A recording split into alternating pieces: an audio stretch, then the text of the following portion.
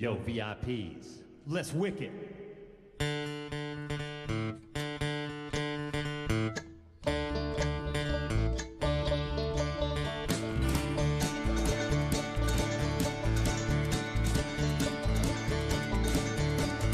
Alright, stop, collaborate and listen. Ice is back with my brand new invention. Something grabs a hold of me tightly, flow like a harpoon daily and nightly. Will it ever stop? Yo, I don't know. Turn off the light.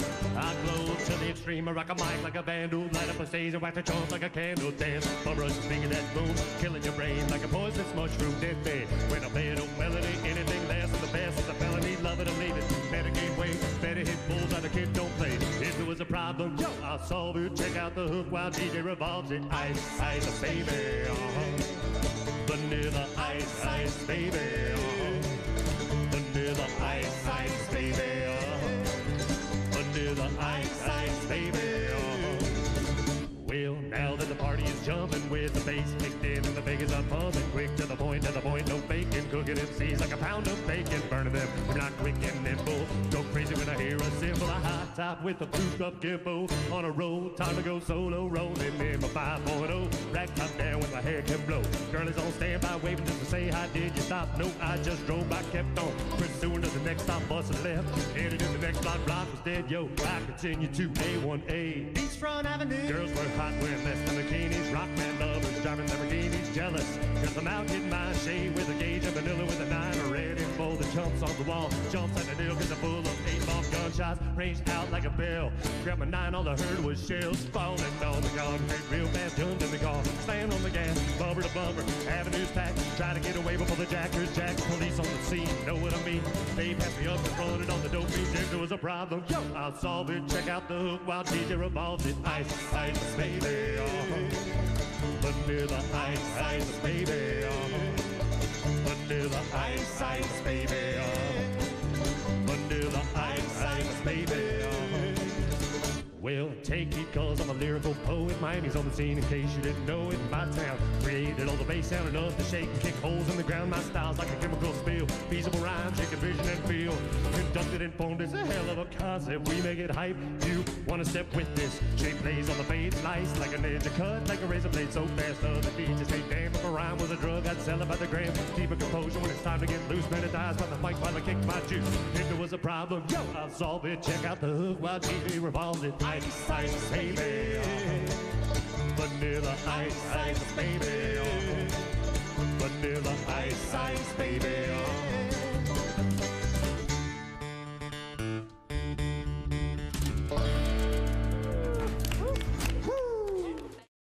Let's take a look at what a century of real science has taught us about the Big Bang, so far at least.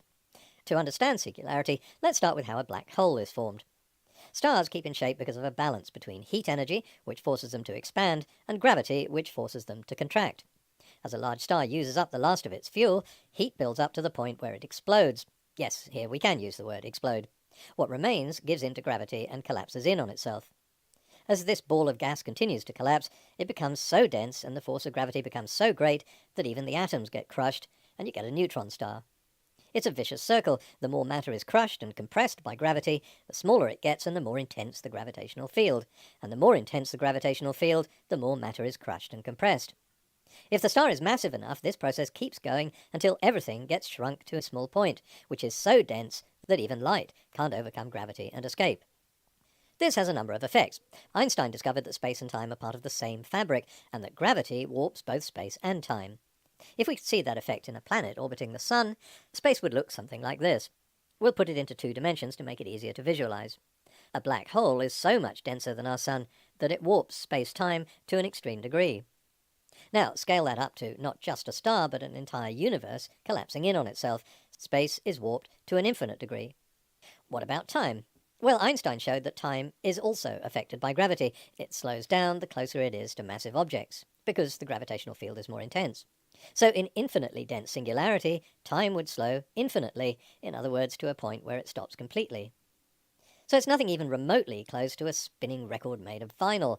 Singularity has no particles. It effectively has no space, because space has been warped into an infinitely small point, and no time. Is that nothing?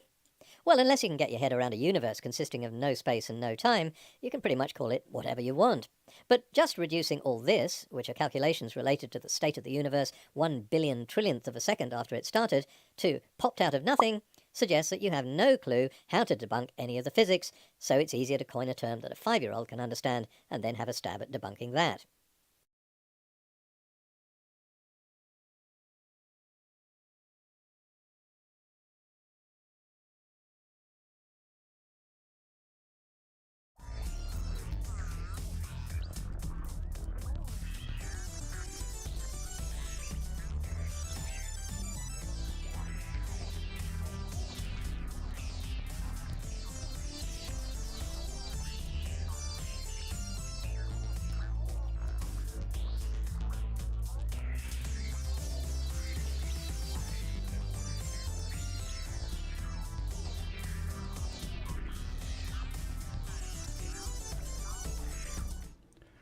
Good morning, my beauties and bees. It is I, your bombastic bumblebee, here bringing you another installment of Live from the Hive this Saturday morning.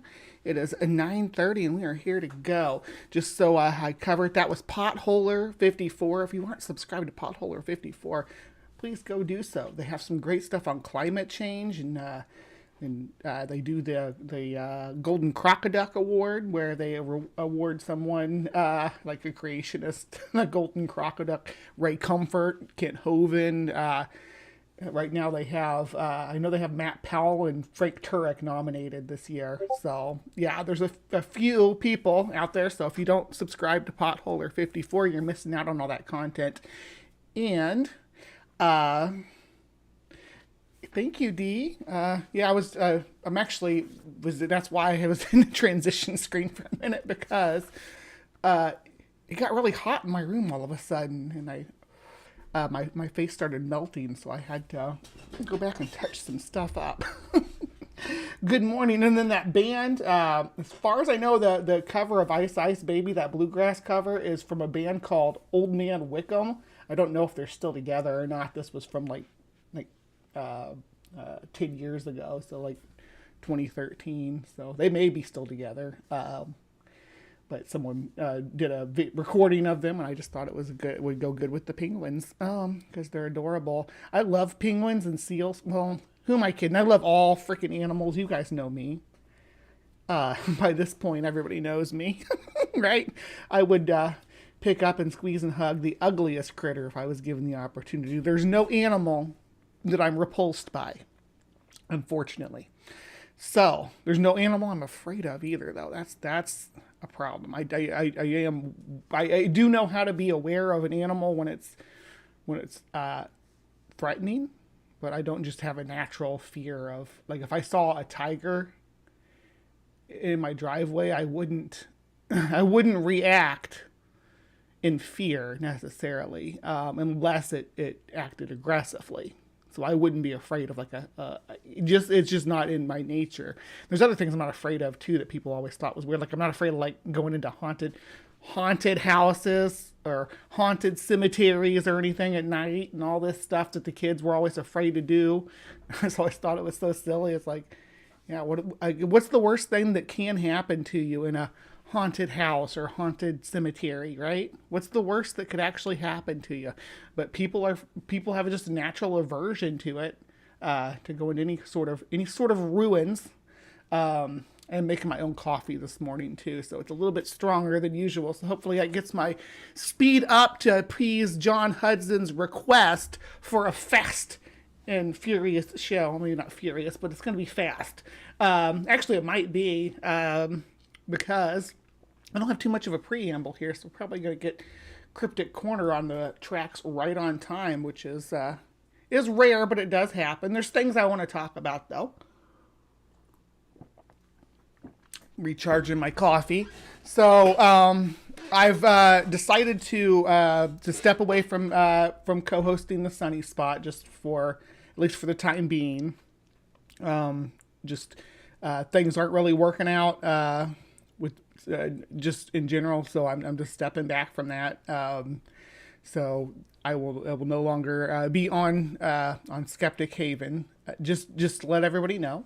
And yeah, there's no drama or anything that's really worth talking about. Nothing that's very interesting about it. Just I have a lot on my plate. I thought taking on more responsibility was gonna help me flourish a little bit better, but it really wasn't. So it was just making me giving me more anxiety in my life. So I'm just I don't need that right now. I'm dealing with a lot of personal stuff in my corner right now, and just extra layers of decision making on potentially problematic stuff. I'm not here for it right now. Not in a place for it. Also, I wanted to just advise that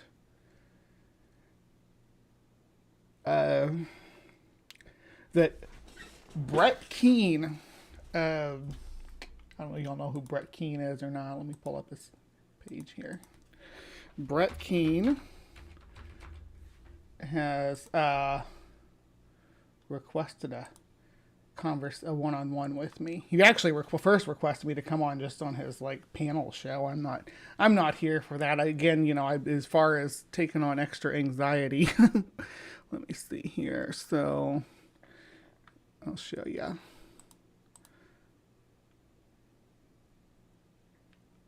I know Dr. Tapioca Weasel also said they wanted to chat at him, so yeah, there we go. Yeah, this guy. It's a small channel, just over or just under 600, I'll say just under 600, but I don't think he's been going for very long on this channel anyway, but it's God TV Radio. And just released a video just a couple days ago that I commented on. Yeah, this one was Sam Harris and Matt Dillahunty, because of the interaction that Matt had with Daniel is what he's talking about there. The one with where he kept jabbing at him about Arden and stuff, and it's really bad form. That one, So he had commented on one of my videos a while ago, one of my Michael Knowles video, asking me to come on and talk to him, but I hadn't really had time to consider replying. But I don't know. What do you all think? I could go on there and entertain him a bit. Yeah, Mark, I get it. We can discuss this privately too with some people, and just y'all can help me out with making this determination on how to proceed. But I just wanted to put that out there.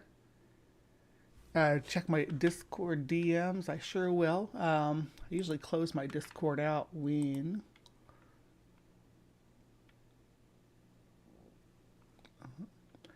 all right, so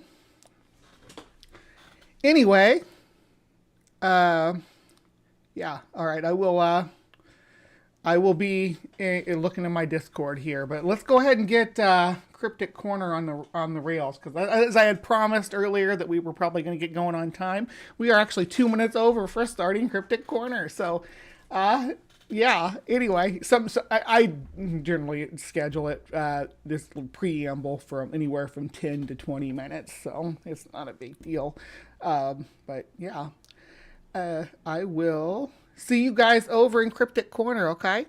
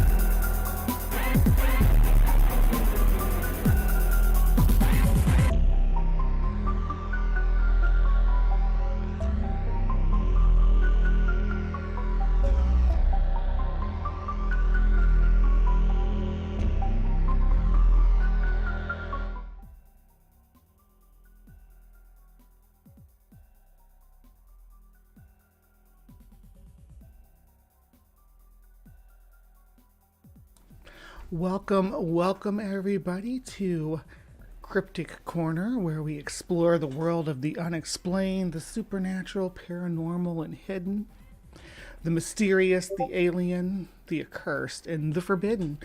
I am your host, the Bumblebee, and I like to explore some of these unexplained claims and try to find some truth underneath. Yeah, so thank you for joining me tonight. I appreciate everybody for popping in, and got a hop inside chat right now too. So it's good to see everybody. And today we just finished last week our cat section for the Halloween season, which we had three episodes. The first one was about this Irish demon cat. And this ritual that's supposed to summon these demon cats and whatnot. And then we talked about this mysterious cryptid of a cat from Scotland as well, which is ironic because both of these are from Scotland, but completely separate phenomenon. But just shows how important cats were to Scottish folklore, I guess. And then we had last week, we had the ghost cat of Washington, D.C., right? That appears before assassinations, and it seems to be the result of someone's misrepresentation and just kind of the lore building around it. But if you want to know my opinions and my thoughts on that, please, I'll drop the link somewhere, maybe up there or in the side chat or whatever. But there'll be a link to it. So yeah. But now we are continuing on because it's still the spooky season. We're still in the thick of October. It's only the 14th. So we got lots of spooky stuff left to come. I'm going to continue this on for the rest of the month because I love Halloween. Yeah, that's just the way I am. But today's spooky figure doesn't just appear on Halloween, but they are quite terrifying in retrospect. It is the famous paralysis demon known as the Hat Man. Yep, the Hat Man is a shadow person of mysterious pedigree, right? We don't know what he is or what have you, what characteristics are unique to him, and how they overarch some cultural differentiation, right? So why people in all across the world claim to see the same type of figure. So it is interesting, but much like the notion of machine elves, yeah, human brains are going to fabricate similar ominous figures. But regardless, let's listen to some of this story. This is a long one, so I may speed it up here. I don't know. We'll see how fast they talk. Imagine for a moment that you're alone in your room. The world outside is silent, save for that incessant ticking. And let me know if everything sounds all right. If I need to turn anything up, I sure can. But yeah, it sounds good to me. Time seems to stretch endlessly. Then, a sense of unease starts to creep in, crawling up your spine. You feel eyes on you, but you're alone, aren't you? In the darkened corners of countless rooms around the world, a figure lurks. Tall, faceless. Its almost defining feature, a wide-brimmed hat. This is no ordinary intruder. He doesn't want your possessions. He wants something far more precious. Your peace of mind. The Hat Man. An entity whispered about in hushed tones in online forums. Spoken of with a mix of fear and intrigue. Time stretches endlessly as I'm listening to Otangelo. That's Otangelo's take on time. Let's see, I'm going to speed him up 1.5. He's talking slow enough. In countless anecdotes. His silhouette is unmistakable, introducing terror in those he visits. What is he? A shadow? A demon? An imprint from another time or dimension? Now I get that the delivery is part of the experience here. So I understand that the channel is presenting it this way to to give you like chills, right? But I'm sorry, time is precious. Even though he thinks it's ticking away endlessly, so I'm speeding you up. I'm sorry if it loses the atmosphere. If you're here for atmosphere, that's not what my channel's about. Mostly I'm about debunking this, and we're gonna go into like the sleep paralysis stuff and everything in as we go through this. So In this episode, we peel back the layers of this enigma, seeking answers to a mystery that has haunted sleepless nights for many. Since the dawn of civilization, humanity has been pursued by its shadows. Ancient tales speak of darkened figures lurking on the peripherals of our vision, transient, yet persistently present. I love Darkman. Yes, I remember Darkman, Mark. He looks like Darkman, doesn't he? This one especially. This could be Darkman. Like if they made a Darkman comic, this could be Darkman, right? Based on the look here.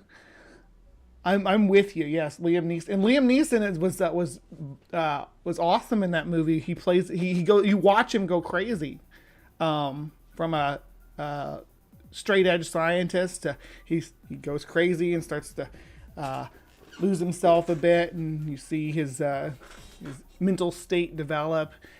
He invents this fake skin that he can make himself look like other people, but it only lasts for a certain amount of time, like a matter of hours. Yeah, it's a good one.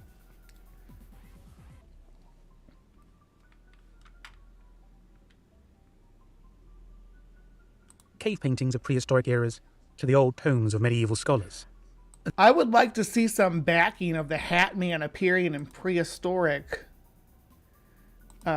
cave paintings. Let me see. Hat Man cave paintings. This is on my research screen. So just so you all know, when I look this way, it's research screen. When I look this way, I'm watching the video with you all. And when I look this way, I'm talking right to you, sweetheart. All right, let's see. Images. There's just a lot of images of people. But you know why? Because they didn't have this type of hat during the Upper Paleolithic. They just didn't. I imagine they probably had hoods and stuff and like maybe some caps, but brimmed hats. I don't know. Maybe there was some culture that had a brimmed hat as part of their native dress. I don't want to assume that, especially someplace where it's rainy, a lot of rain. I bet hats were invented early in places where there was a lot of rain. There's a recurrent theme: shadows that walk and watch. But among these shadowy figures stands one that is distinct: the Hat Man. Unlike the fleeting, indistinct entities of lore, his form is more pronounced. Yeah, I don't know. I can't say for sure when we started wearing hats, because hats aren't something that show up in the fossil record like clothing and stuff isn't. But I would imagine the first hats were probably made out of like thatched, like grasses or of some kind. I would anticipate that, and that doesn't really preserve very well. Well, it can under the right conditions. Or leather was probably one of the earlier, or just a hide, just a pelt. Was probably one of the earliest forms of headwear. You know, slap a raccoon up there like Davy Crockett. Of course, yeah, we're talking about Upper Paleolithic, so no Davy Crockett because there are no raccoons because we were still in Eurasia. Humans were. So maybe what could you replace the coonskin cap with if you were a caveman? A beaver skin cap, maybe? A badger skin cap? Ooh, I don't know if I'd want to try to hunt a badger with a wooden spear. Sounds dangerous. But I guess they had domestic dogs and stuff too, so because we've had dogs domesticated since like almost 40,000 years ago. Now I'm getting off tangent, so let me get back to the Hat Man. Or deliberate. Towering over 6 feet tall, This shadowy figure dons a wide-brimmed hat, often likened to a fedora or an old-fashioned gambler's hat. His attire varies, sometimes seen in a cloak. I always thought it was like a pork pie hat, like Walter White. A fedora, though, maybe. I don't know what the other hat he was talking about is. This looks like a mini stovepipe hat to me. Maybe this is the one he was talking about at a galley or whatever. I'll hear what he says. Fedora or an old-fashioned gambler's hat. Old-fashioned gambler's hat. I don't know what that means, but assuming... Adjust my mic here just a second, because it's in my way. All right. Attire varies, sometimes seen in a cloak, other times in a suit, but always that hat, as if it holds some significant meaning. While many shadow beings inspire a sense of unease, the Hat Man's presence is uniquely unsettling. Some describe a weight to his stare, a chilling intent behind those featureless eyes.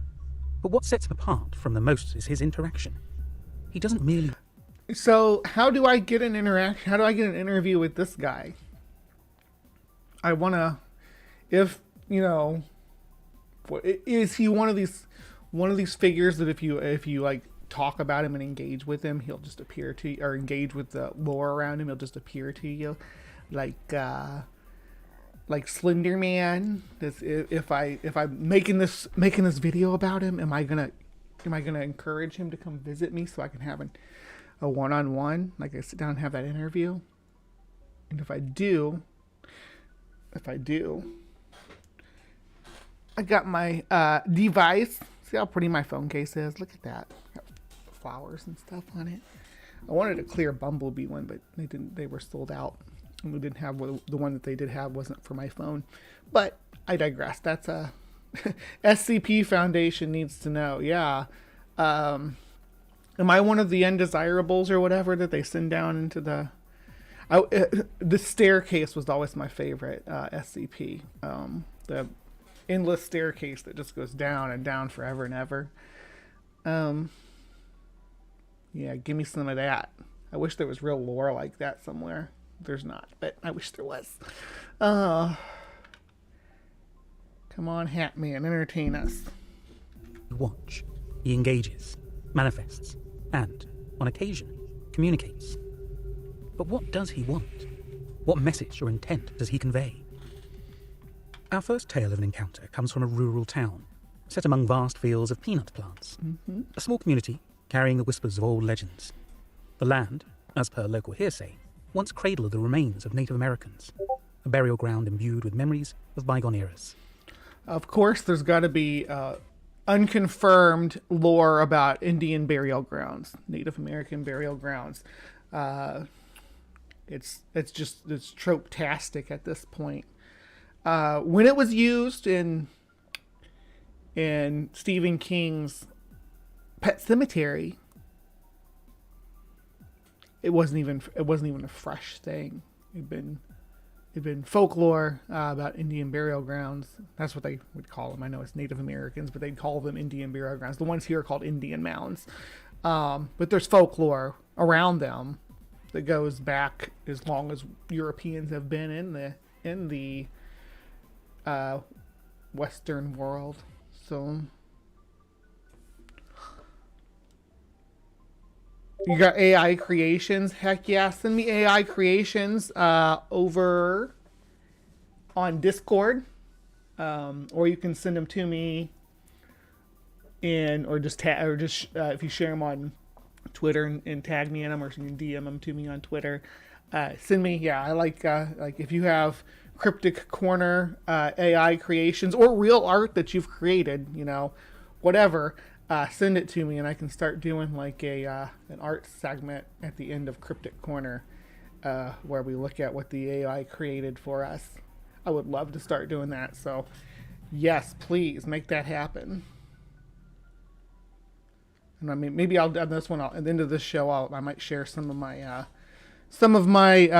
AI Bigfoot stuff. A man working the night shift at the peanut harvesting plant would occasionally regale his family with stories. Not tales of the unusual challenges faced by a night security guard, but of eerie sightings. Sightings of a man, dressed head to toe in black, crowned with a flat-brimmed hat. Not known as... Right, now we're in the U.S., so it can't be cavemen, because, there was no no early hominids at all, or early Homo sapiens in North America. There were only anatomically modern humans. Was the Hat Man here, but rather the Man in Black. On a particular night, something the original teller of the story had done had deeply upset his mother. The gravity of the transgression he couldn't remember, but it was severe enough for her to drive him and his siblings to their father's workplace for discipline. A trip that would prove to be unforgettable. Upon their arrival, tensions were palpable. The father's wrath became all-consuming, and he lifted the child, pointing him toward the vast dark expanse of the old country road. There, illuminated only by the dim blue hue of the plant security lights, stood the unmistakable figure of the Man in Black. Words exchanged between the father and the mysterious entity are the stuff of nightmares.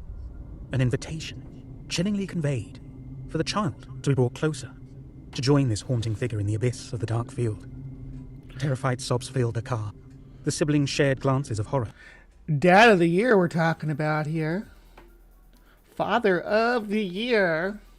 Well, maybe burials go back a long time. Didn't Homo sapiens maybe do burials? True. But it wouldn't be, well, I guess that would be indigenous in a way. Yeah, that would be, I would consider all African hominids indigenous populations. I think that's fair. If you are so into the cemetery scene, Concordia in El Paso is a must-do. I will check it out. Australopithecus. Confirming that this was no mere figment of imagination, but a very real, shared terror. The entity's demand echoed in their ears. Does the Hat Man smell like mothballs? Musty and old? Old Spice? Interesting inquiries there. But as quickly as the episode had begun, it ended, leaving behind nothing but a haunting void and the whispers of the wilderness. In the aftermath, the events seemed to blur into the tapestry of childhood memories, with even their father professing no memory of that fateful night. Yet, for the original teller of this story and his brother, the incident remains a chilling reminder of the unexplained. So they think their dad brought them to the Hat Man and was like, hey, here's my kids for sacrifice. And the Hat Man's like, come into the darkness with us. I'm the only one who wants to know what this thing smells like. My sleep paralysis demon didn't have any smell at all. I don't remember any smell. She was noisy though. Her feet patted on the floor like flippers, and she breathed really heavy and excited.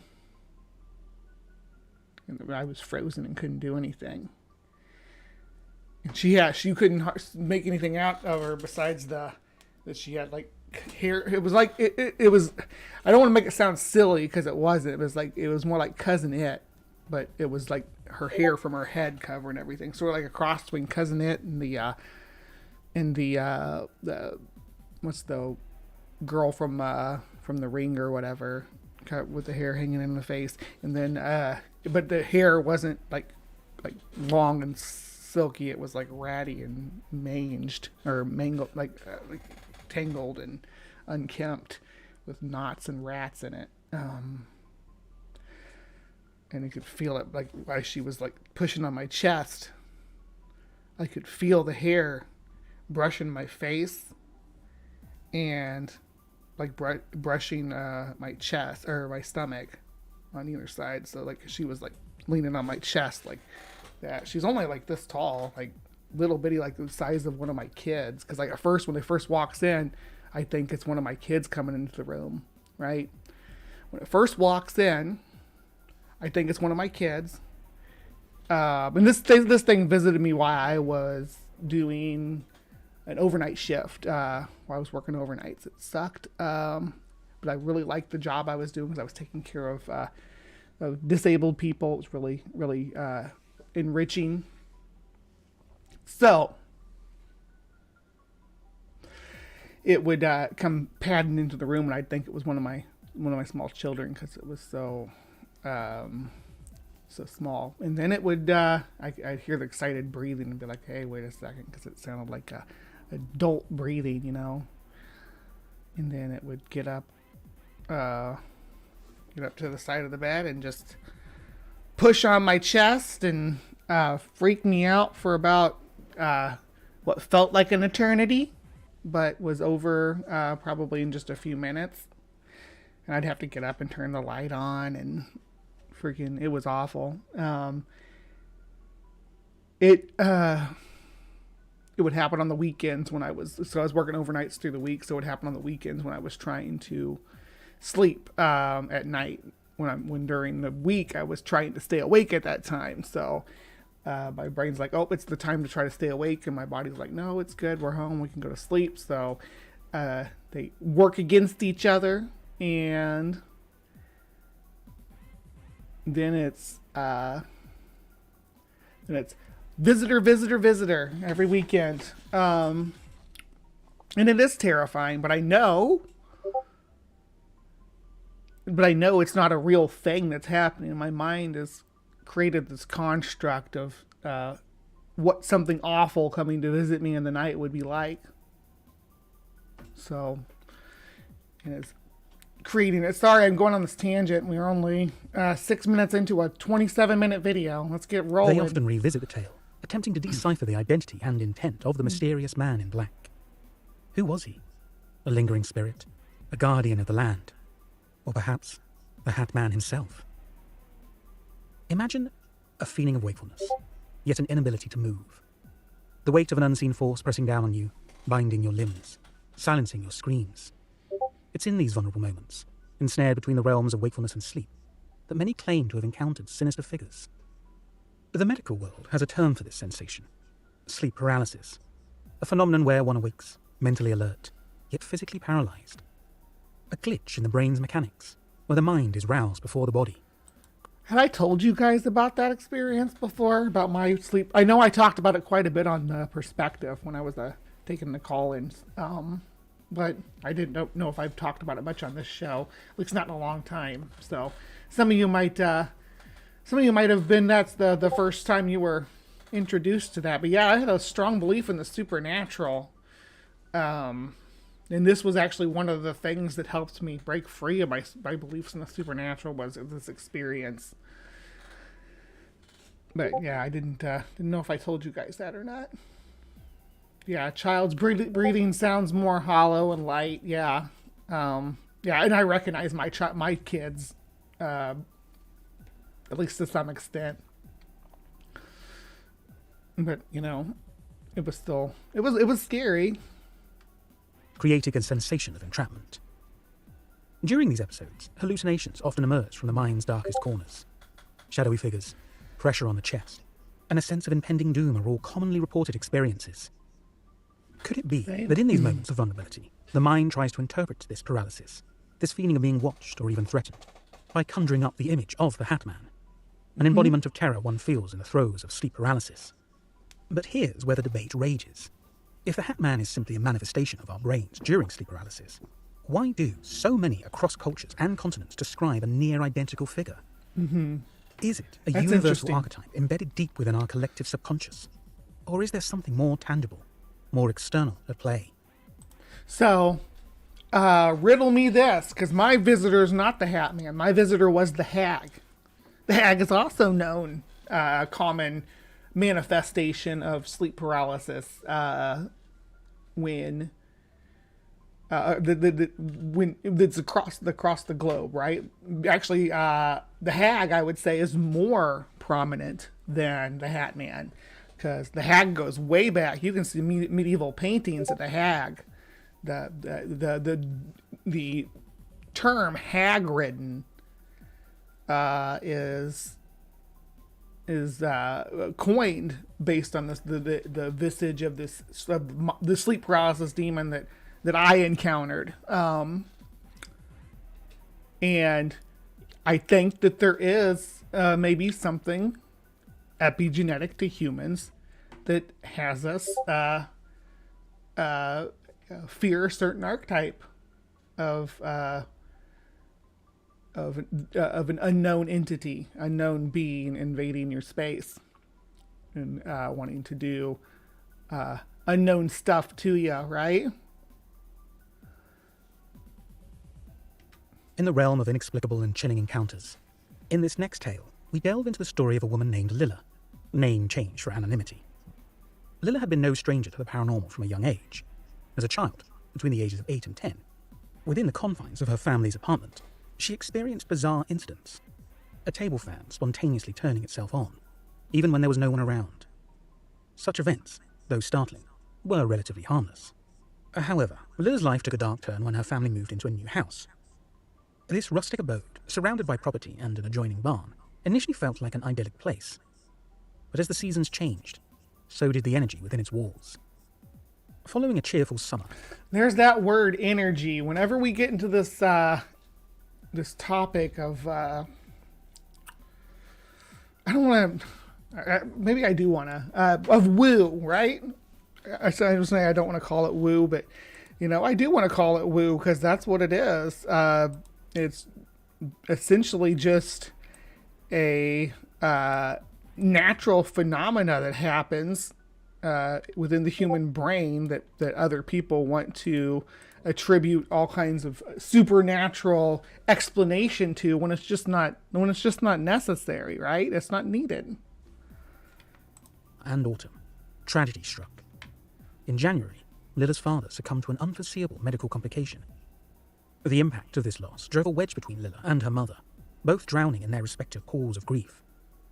In her quest for answers, Lilla started questioning her Christian faith.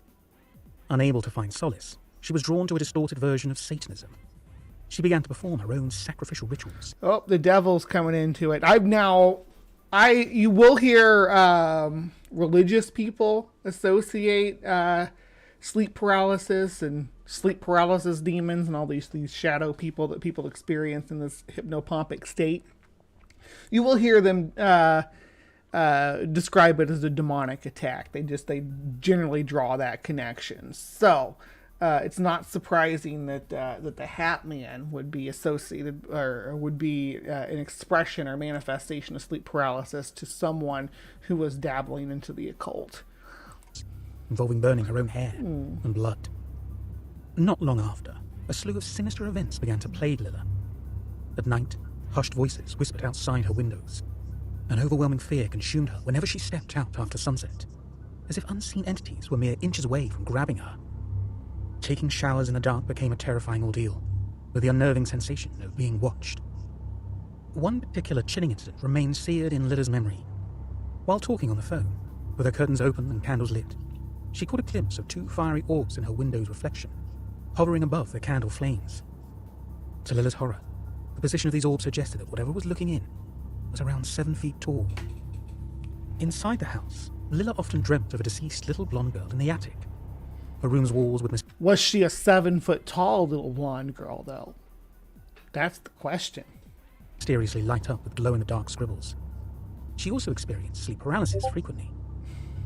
But the climax of her horrifying encounters took place one fateful night. Hearing footsteps in the hallway and sensing someone enter her room, Lilla presumed it to be her mother, or perhaps a pet. However, when she decided to check, she was met with a horrifying sight of a silhouette. A shadow figure, known as the Hat Man. Frozen with fear, Lilla darted to her mother's room. Only later did Lilla learn, when they first moved into the house, her mother... Yeah, I couldn't imagine taking a shower in the dark. I've taken baths with candles before, but I've never taken a shower in the dark. Does sound dangerous to me, I agree. Had sensed a malevolent energy. She had invited church members to bless each room. Decades have passed since Lilla's family left the house, yet its haunting memories still linger. She occasionally dreams about it, each dream as vivid and unnerving as the events that transpired within its walls. Lilla's story serves as a chilling reminder that sometimes houses harbour more than just memories. In the unseen corners of our world, mysteries remain, awaiting their next moment to step into the light. In the vast universe of supernatural lore, few entities elicit as much speculation, fear, and intrigue as the Hat Man. Who or what is this elusive figure? Is he a demon? A lost soul? An explorer from another dimension? Or merely a manifestation of our shared consciousness? Many argue that the Hat Man is demonic in nature, pointing to the palpable fear and dread that those who encounter him often describe. These feelings are said to be distinct, far more intense than the usual chill one might get from a typical ghostly presence. What is the scale here of how scary a ghost is or a supernatural entity is? Operating under the assumption that they're all a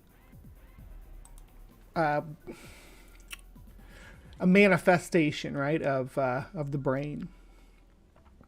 How afraid you are is going to be subjective to your independent interpretation of what's happening to you. So if what's happening to you, what's being manifested in the hypnopompic state, which is the state where your brain is still making things like it does in your dreams, making things happen to interact with, that engage with you while you're dreaming. It's still manifesting those, but you find yourself laying in the dark because your part of your brain that is aware of your surroundings is awake. It's called a hypnopompic state.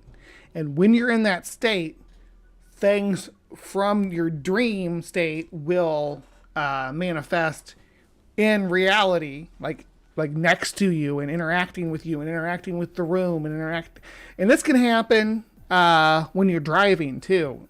I took a road trip to Dallas, Texas, and drove way too long. Was trying to make it down there, left after work and trying to make it down there overnight. It's a 13-hour drive.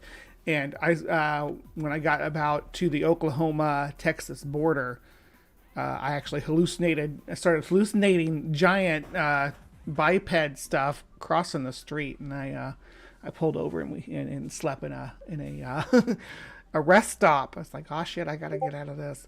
I guess I have a lot of hypnopompic stimulation, or at least I used to when I was younger, and it's not always stuff like that. Another time and this was the scariest thing that ever happened, hypnopompic thing that ever happened to me. I actually got up out of bed in this state and drove 10 miles into town, and I woke up in a gas station parking lot, like the gas station I'd always go to before work, but it was like 2 a.m.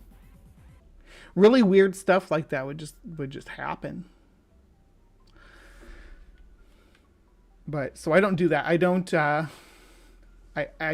that was actually looking back on it. That was when I was on Chantix, the quitting smoking thing, because I used to smoke. I used to be a avid smoker.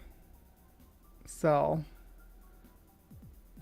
what should we call it? The Bree scale. Guy with a cowboy hat broke into a home to kidnap a child. The siblings saw him.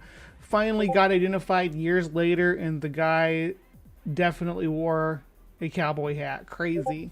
They thought the kid was imagining it for years because it was at night, and the kid basically described him as the Hat Man. Oh my goodness, that's terrifying to think that someone could break in and kidnap a child, and then the child describes it, and because there's this folklore, they're like, yeah, Chantix. Oh. LOL, I had a friend at the club that went crazy on Chantix. Yeah, it was not I was not successful on the Chantix. I quit by switching to vape, and then over time slowly grossing myself out with the vape. Of course, I shouldn't judge. People can quit however they want. If Chantix is right for you, talk to your doctor about it. The Hat Man, with his piercing eyes and distinct silhouette, often invokes feelings reminiscent of ancient tales of demonic oppressions. Another perspective suggests that the Hat Man might be a particularly powerful or distinct ghost. Perhaps he was a figure of authority or menace in his past life, and his lingering energy reflects that power. Encounters with the Hat Man... What do you mean past life? He's not like a person. didn't have a life. He's a manifested entity of hypnopompic state, like the hag. They're all similar entities that are generated by alternative phenomena, like the machine elves that people encounter, and there's also the fairies that people sometimes encounter in a hypnopompic state, alien abduction, or the greys, and all these insectoids that abduct people in their sleep. These are all manifestations of a hypnopompic state. So it varies, but there are definitely some archetypes that are more common or manifest more often with the population. Again, like I said, mine was the hag. So most people that I've talked to have described something similar to the hag. I've only talked to a couple of people who had Hatman experiences, but I have talked, as I said, on the perspective, I talked to a ton of people who had alien experiences. Are more tangible and pronounced than with other spirits, leading some to believe he might be a soul with a specific mission or purpose, trapped between realms. In the age of quantum physics and theories about multiple dimensions, some posit that the Hatman is not of our world or dimension at all. Holy crap, Ember. I worked 30 hours straight. When I tried to drive home on the road, I hallucinated a Jeep ahead of me with a giraffe, or that it was a giraffe. I knew it was a Jeep, but my eyes insisted, that's a giraffe, yo. Ember. I've seen a lot of black dogs, but never one out to get meatloaf in particular. You know, I had a friend who hallucinated a black dog, or I shouldn't say hallucinated. I don't know what the circumstance was. Maybe it was a real dog, but they said it was like it stood like 4 foot tall at the shoulder and didn't have a head. People see Dog Man crossing the road and stuff too. Instead, he could be an interdimensional traveller, able to move between planes of existence. His appearances might be mere moments of his dimension brushing up against ours, leaving those who witness him profoundly affected. Could it be that the Hatman is a creation of our collective psyche? Well, definitely with you there. I feel, Tsunami says, I feel like the Hatman may have some vague foundation in the Jack the Ripper top hat perp myth. Yeah, the idea, the archetype in the human psyche of the menacing figure is a dark, especially in more modern times, is a dark figure that you can't make out anything about them because they're covered in a coat or cloak and their head's covered with a hat. And like that's who's lurking in the foggy alleyway, or waiting in the dark woods, is this cray with a hat and a lust for human destruction. We're ingrained with this from childhood to be, this is the stranger danger. This is when you look at a sign for like community watch. Actually, let's pull that up here.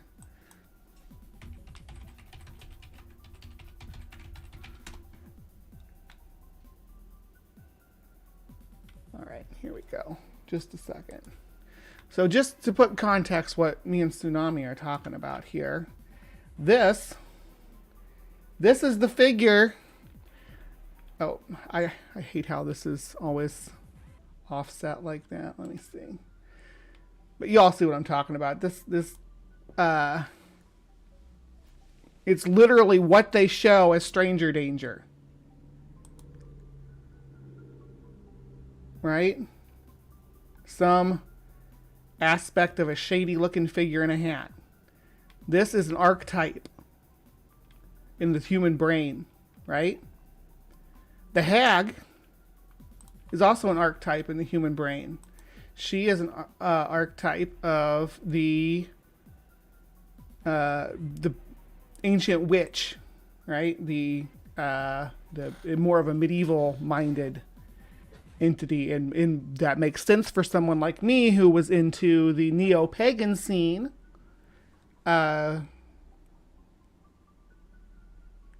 Because that's the type of stuff that I was exposed to. But definitely the stranger danger guy is, I don't know if I'm the first person to point this out to all these. The Hat Man must be real because it's overarching, but yeah, it's just the same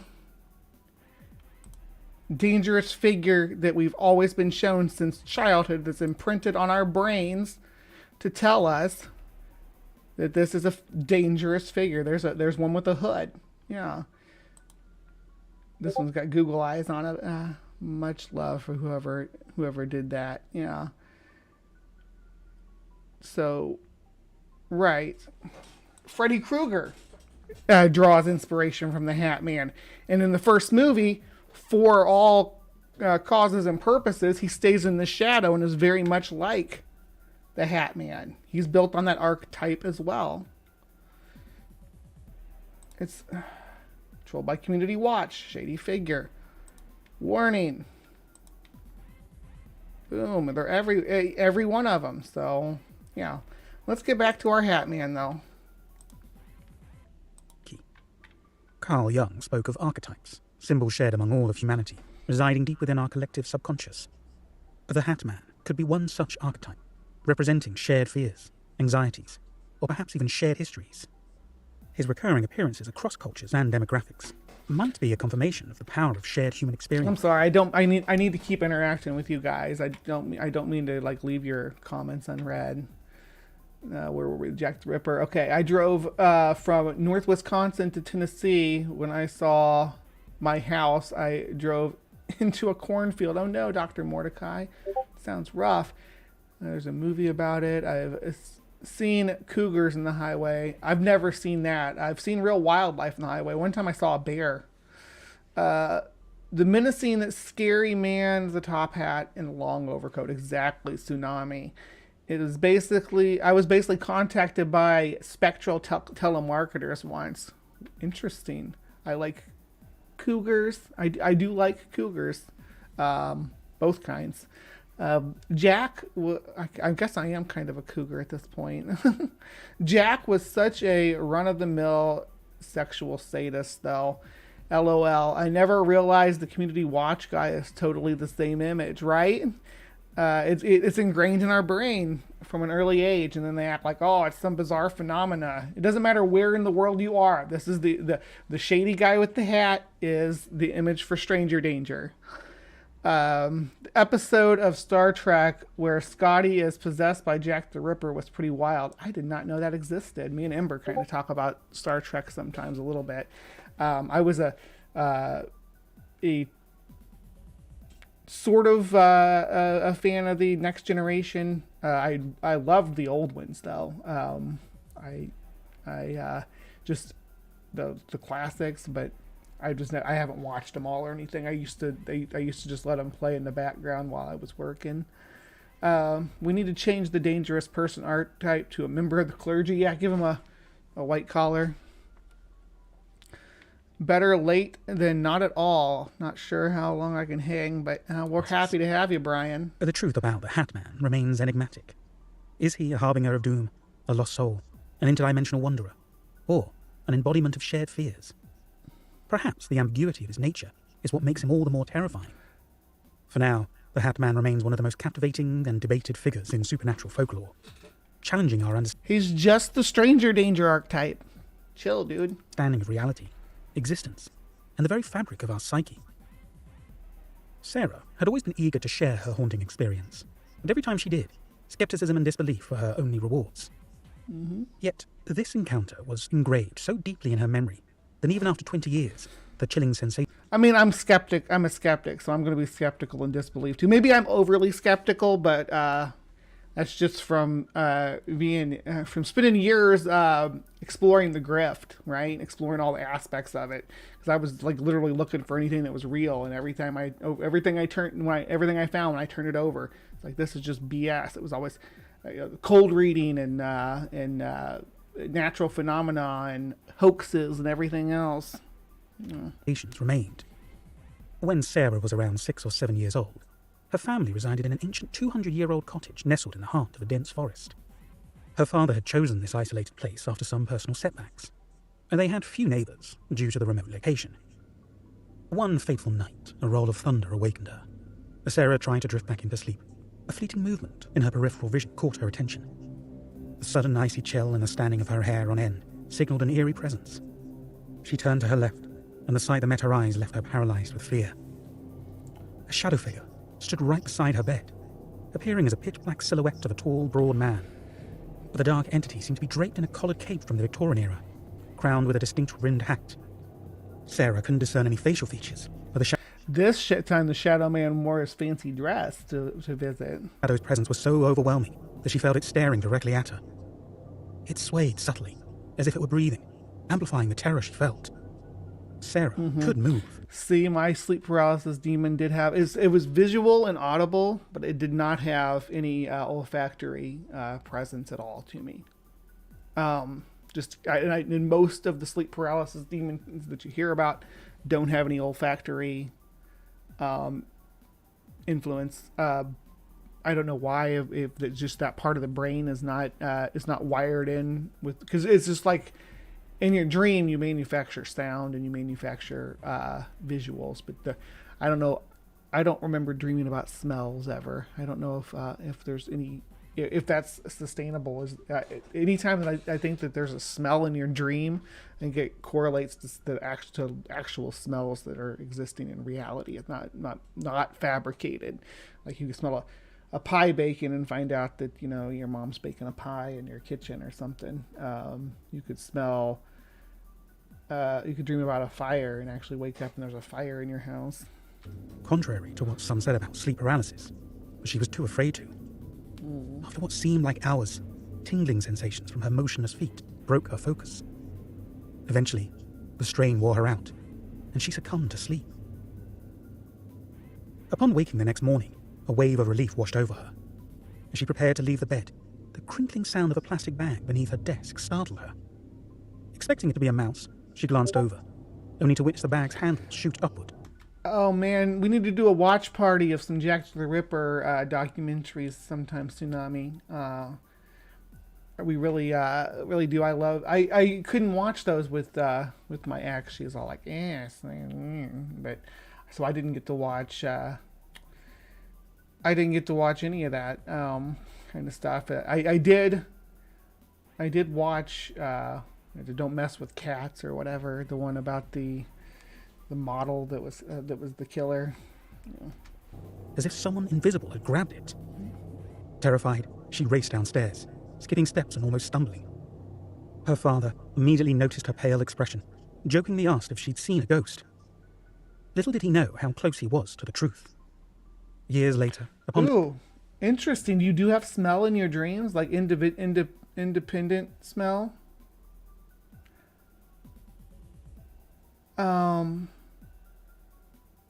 Maybe it's just me who doesn't have smell. I know when I read the reports, there's never any mention of a smell. My dreams have all senses. Take a walk by the olfactory. Let me know. I thought that it was just generally that I was the. I'm gonna do a poll.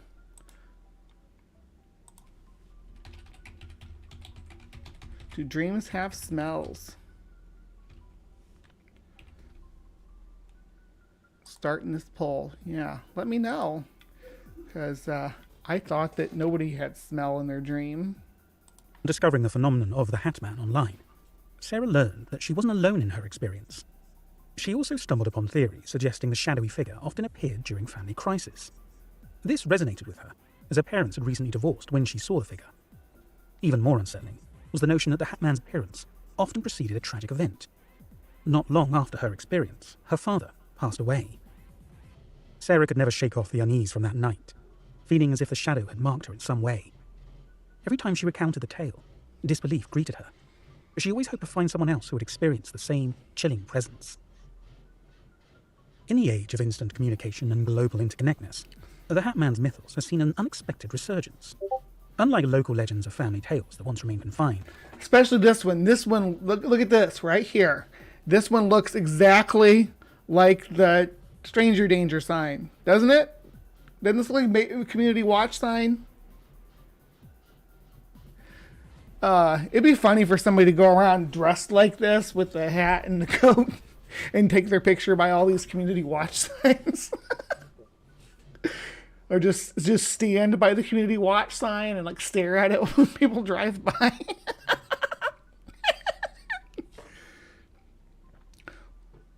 And I gotta say, for the folks that do have the sense of smell in their dreams, like, is it independent from what smells are present in the waking world?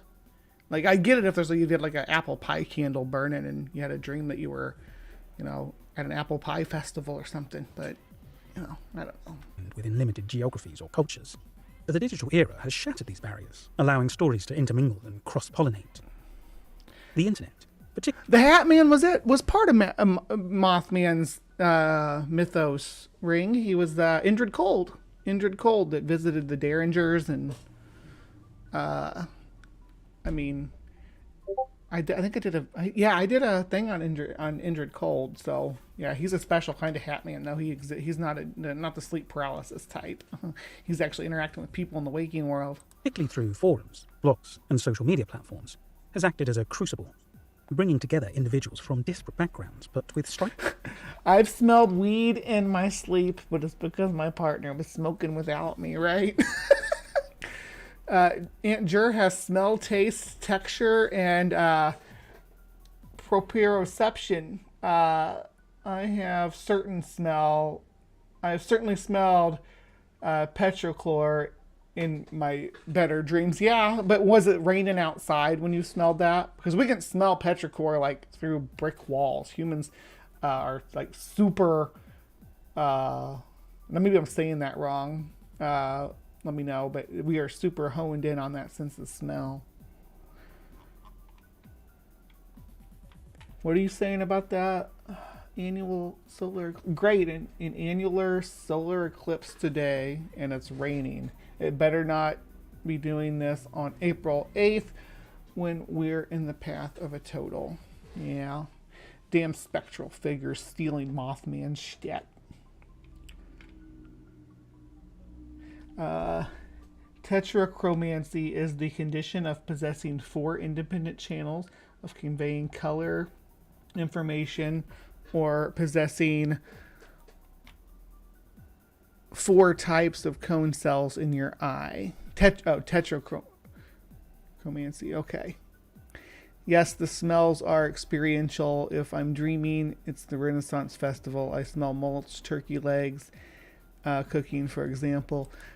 I want to be in your Renaissance Fair dream. Can you like Nightmare on Elm Street, pull me into your dream so we can go to the Dream Renaissance Fair together and eat turkey legs and maybe ride some horses and I might buy like a brooch or something, or a cloak. Ooh, a velvet cloak would be so cool. Making these similar experiences, platforms like Reddit, where personal accounts can be shared anonymously, have given people the freedom to relate their encounters without fear of judgment or ridicule. In doing so, they've discovered that their isolated experiences aren't so isolated after all. These shared narratives paint a detailed portrait of the Hat Man, his ominous silhouette, the distinct hat, the palpable sense of dread, and often, the uncanny timing of his appearances during personal crises. The Tulpa effect, a concept rooted in Tibetan mysticism, refers to the manifestation of thought into reality. In modern paranormal circles... Yes, Ember, take me on a dream date to your... I want to see the manifestation of your Renaissance Fair. It sounds like this is something that you actually experienced, right? So, what kind of stuff were they doing? Was there jousting? was there hat men there? It implies that collective belief or intense concentration can give form and substance to previously intangible entities. As more and more individuals shared and read about the Hat Man online, it's conceivable, according to this theory, that the collective belief and fear began to feed this entity, granting it more power, or, to some, even existence. Is it possible that the digital age... So you're saying that the stranger danger sign guy is a tulpa, basically, that we've manifested him into reality by propagating mythos about him. Interesting. With his endless repositories of stories and the viral nature of tales, has inadvertently empowered the Hat Man. Could the collective psyche of countless individuals across the world, all concentrating on this shadowy figure, have given it more tangibility? Or, at the very least, reinforced its presence in our collective consciousness? Conversely, skeptics might argue that the proliferation of such stories simply means more exposure to the legend, leading more people to interpret their own unrelated experiences through the lens of the Hat Man mythos. It's the chicken and egg scenario. Are more people experiencing the Hat Man because of the stories they read online, or is the internet simply providing a platform for a phenomenon that's been happening for ages? The answers remain as elusive as the Hat Man himself. However, one thing is certain. The digital age has indelibly etched this shadowy figure into the annals of contemporary folklore, ensuring his tale will be whispered, debated, and feared for generations to come. For many, the encounter with the Hat Man doesn't... Again, it's ironic that they don't mention that this is a symbol for stranger danger, right? They don't mention that at all throughout this whole video. That seems to be the main thing that they would want to focus on. Why the resurgence of this phenomena? Could it be because community watches became popular after 9/11 and people started to put these signs up everywhere, all over neighborhoods, and when they're also, this guy's also present on like surveillance signs and stuff, like, oh, this place is under surveillance, and it'll show this guy. So this shady figure, they don't mention it once throughout the delivery of this content. Doesn't end when the apparition fades. Victims frequently recount residual anxiety, insomnia, and a profound sense of being watched long after their initial experience. The level of detail in their recollections, the visceral physical sensations of cold, dread, and the instinctual sensation of being preyed upon suggest a traumatic event rather than a fleeting nightmare. The emotional toil can be debilitating. Some struggle to share their experiences, fearing disbelief or mockery. Others grapple with self-doubt, questioning their sanity, or desperately seeking rational explanations for what they've witnessed. A few even adjust their routines, whether to avoid triggering memories. I did, when I had my hagging experience, I had to adjust some of the stuff from my behavior to stop it from happening. Mostly it was just having something on the TV, or something that giving off moving light, I guess, is the main thing. It didn't have to have sound on or anything. It wouldn't happen in my room if it wasn't reasonably dark in the room. Or in a bid to never encounter the figure again. In extreme cases, individuals seek therapy or counselling to cope with their experiences, further underscoring the profound impact of their encounters. When disparate individuals across time and space share eerily similar tales of the Hat Man, it challenges the dismissive notion of coincidence. Such a phenomenon has repercussions not only on a personal, but also on a societal level. For one, it poses fascinating questions about the interconnectedness of human experience. Are these stories testament to a collective subconscious, where age-old fears and archetypes manifest? Yes, a collective or subconscious of cultural conditioning. Yeah, let's call it that. In shared ways. Or do they hint at a more tangible, universal phenomenon that defies current understanding? The widespread nature of these experiences also influences culture. The Hat Man has inspired art, literature, and films, serving as a dark muse to creators intrigued by his mystique. As these stories permeate popular culture, they in turn influence the collective consciousness, further entrenching the Hat Man's mythos. As we reflect on the profound impact of the Hat Man encounters, it's worth considering the deeper truths they might reveal, about shared human fears, about boundaries of perception and reality, and about the mysteries that remain, tantalizingly, just beyond our grasp. Whether seen as psychological phenomena or supernatural occurrences, the stories of the Hat Man highlight the intricate tapestry of human experience, where personal trauma... Or, and again, beating a dead horse on this one, or they represent a example of cultural conditioning and its effect on human psychology. Let's give that as an option as well. As weave seamlessly into collective folklore, leaving an indelible mark on society's psyche. Across the span of our explanation, we've journeyed through haunting tales, scientific theories, and cultural impacts surrounding the mysterious figure known as the Hat Man. This enigmatic entity with his featureless face and distinguishing hat lurks not just in the corners of dimly lit rooms, but also in the corridors of our minds, beckoning the question, what is he? And why does he appear to so many across the globe? This episode was written and narrated by me, James Everall. Thank you for watching or listening to this podcast episode on whichever platform you are choosing to do so, whether it is YouTube, Spotify. Yep, so just to break this down real quick, Tales of High Strangeness is the channel. Pretty big channel, 104K subscribers. This was just from 3 weeks ago. So, yeah, let's go pop over and look and see what else they have to offer. There's the guy. See, they got their flagship video here as the Wendigo and Dogman stories, and see, lots of Wendigo. Very popular on the Wendigo, my friend. Let's see here. What else do we got? Who's this family? Haunted by a skinwalker. Ooh, spooky. What happened to these hikers? How can the phenomena be explained? Are hauntings real? How true are these conspiracies? Why they don't talk about the ancient sea creatures? We've been on those with just talking about that with Maya and friends a couple weeks ago.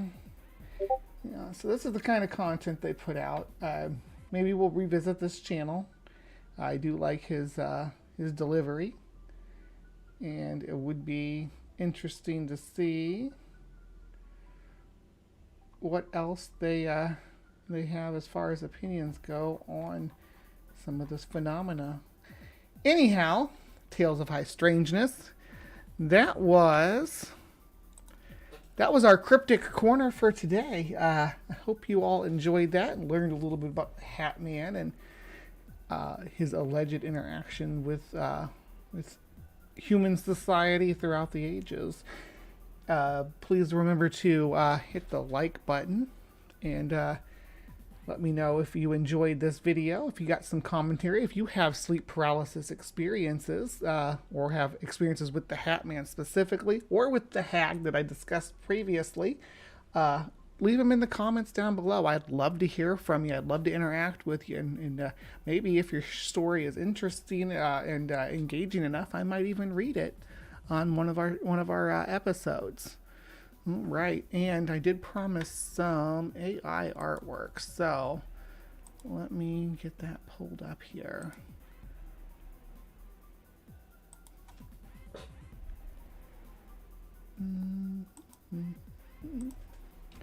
So,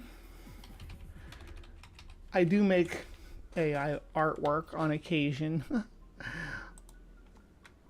but they're not very good.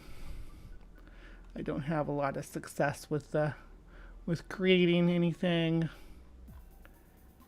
too interesting,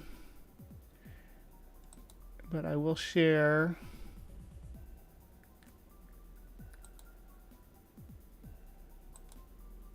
what I got here. Let me see.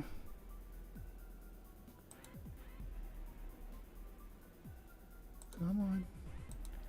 Oh, it froze up. Just a second. I'll cut this part out, I suppose. Here we go. All right. Here's just what we'll do for today. We got this is Mothman and the Devil Monkeys was what I asked for on this one. It turned out pretty freaking weird, so I do appreciate some strangeness now and then. Kind of keeps things interesting. What else do I got here?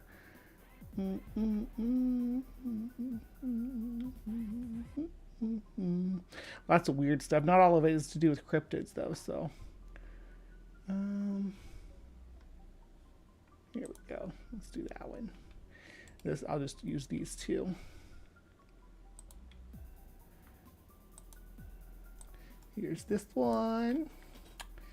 This is called Hieroglyphs of Bigfoot and Aliens, and this is what it gave us.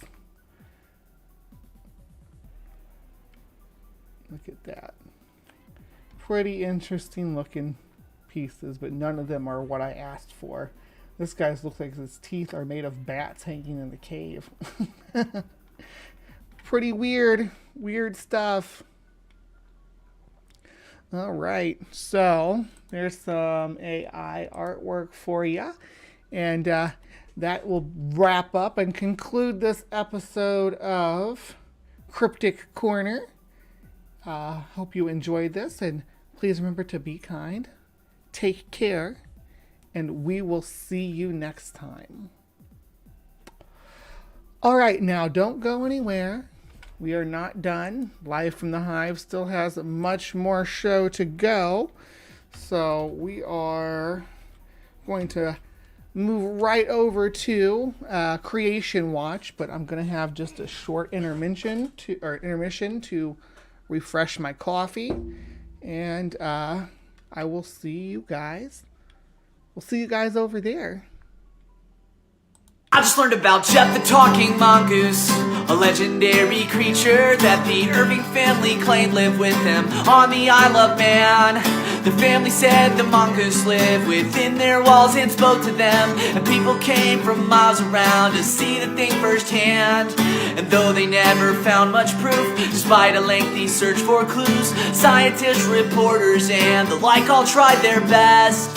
And through it all, young Bori Irving still claimed that the thing was serving as their rodent guardian and maintained it till her death. She said he'd say where all could hear it, I am an earthbound spirit. And then he'd say these words I'd be remembered by. He'd say, I am a freak, I have hands and I have feet, and if you saw me you'd faint, you'd be petrified.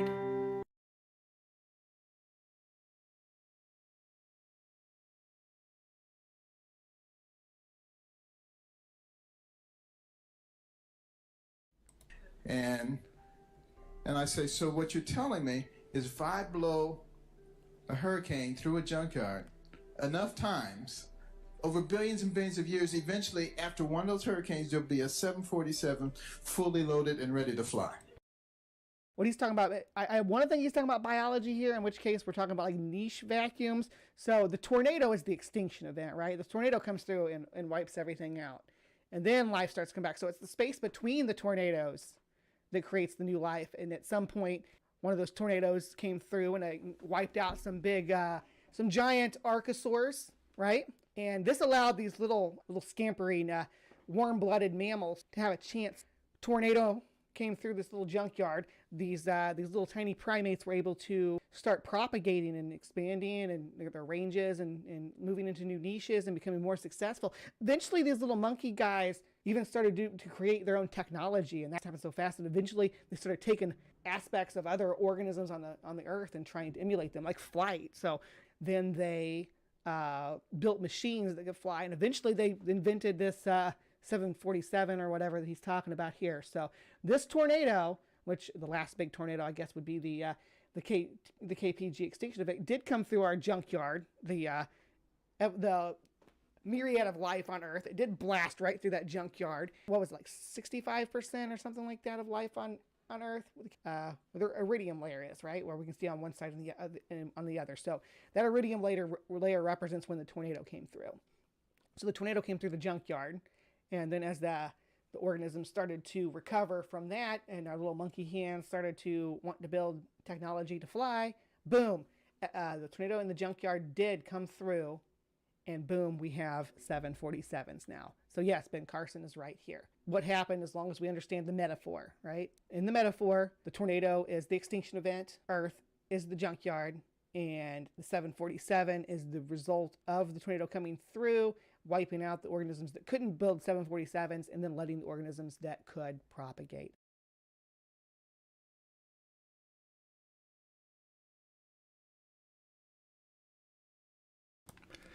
Hello, hello, my beauties and bees, and welcome to Creation Watch. We are going to be diving into yet another new channel here and looking at, oops, did I accidentally close it? I did not mean to close that. Just a second here. We're going to be, yeah, let me redo my intro since I accidentally closed that. Just a second, and I will restart that. We're gonna do a take two. Just need to reopen something I didn't mean to close. There we go. That's the one. All right. Welcome to Creation Watch, my beauties and bees. And tonight we have another fun episode for you. We are going to be visiting the Vatican, which we haven't been to in a while. Because did you know that Pope John Paul II was a... Why is my headphones like that? Did you know that Pope John Paul II was an exorcist? Apparently, this is some unknown truth about our former papal leadership. Let's dive in. This isn't the full 21 minutes. This part of it's only up to 11 minutes. So, but we're still going to have plenty to look over.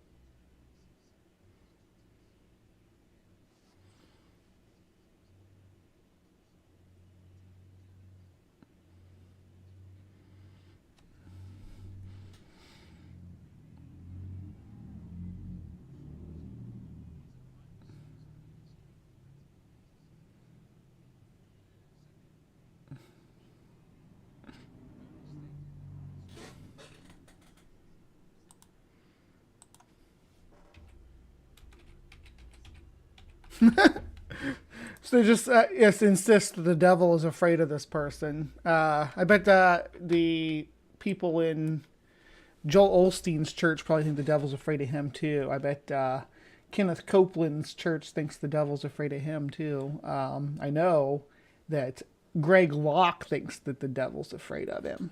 So yeah, you're not special, Catholics.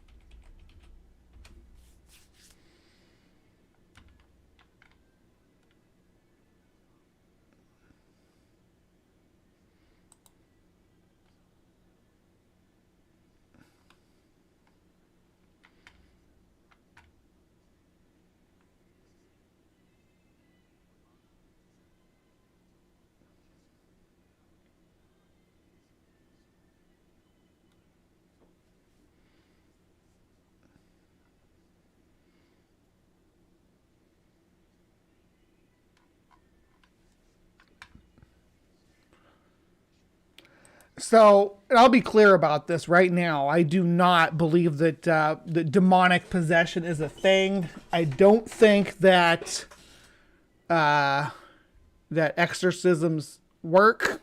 I think it's, well, I should say I don't think they work. I think the potential that going through the psychodrama of a exorcism could put somebody in a euphoric state. However, if the demonic possession is caused by a medical condition, which usually things like Tourette's, things like having seizures, there are so many conditions that a person can suffer from that were to happen in a medieval setting or in a deeply regressive religious setting in modern times even, then it might be interpreted as demonic possession. These people, and I hate to put them all under one blanket, but there's a huge pushback against the medical fields of psychology by the religious community. They would rather believe that there are demons in every corner of the world, causing what we interpret is as mental illness. The video sound is off.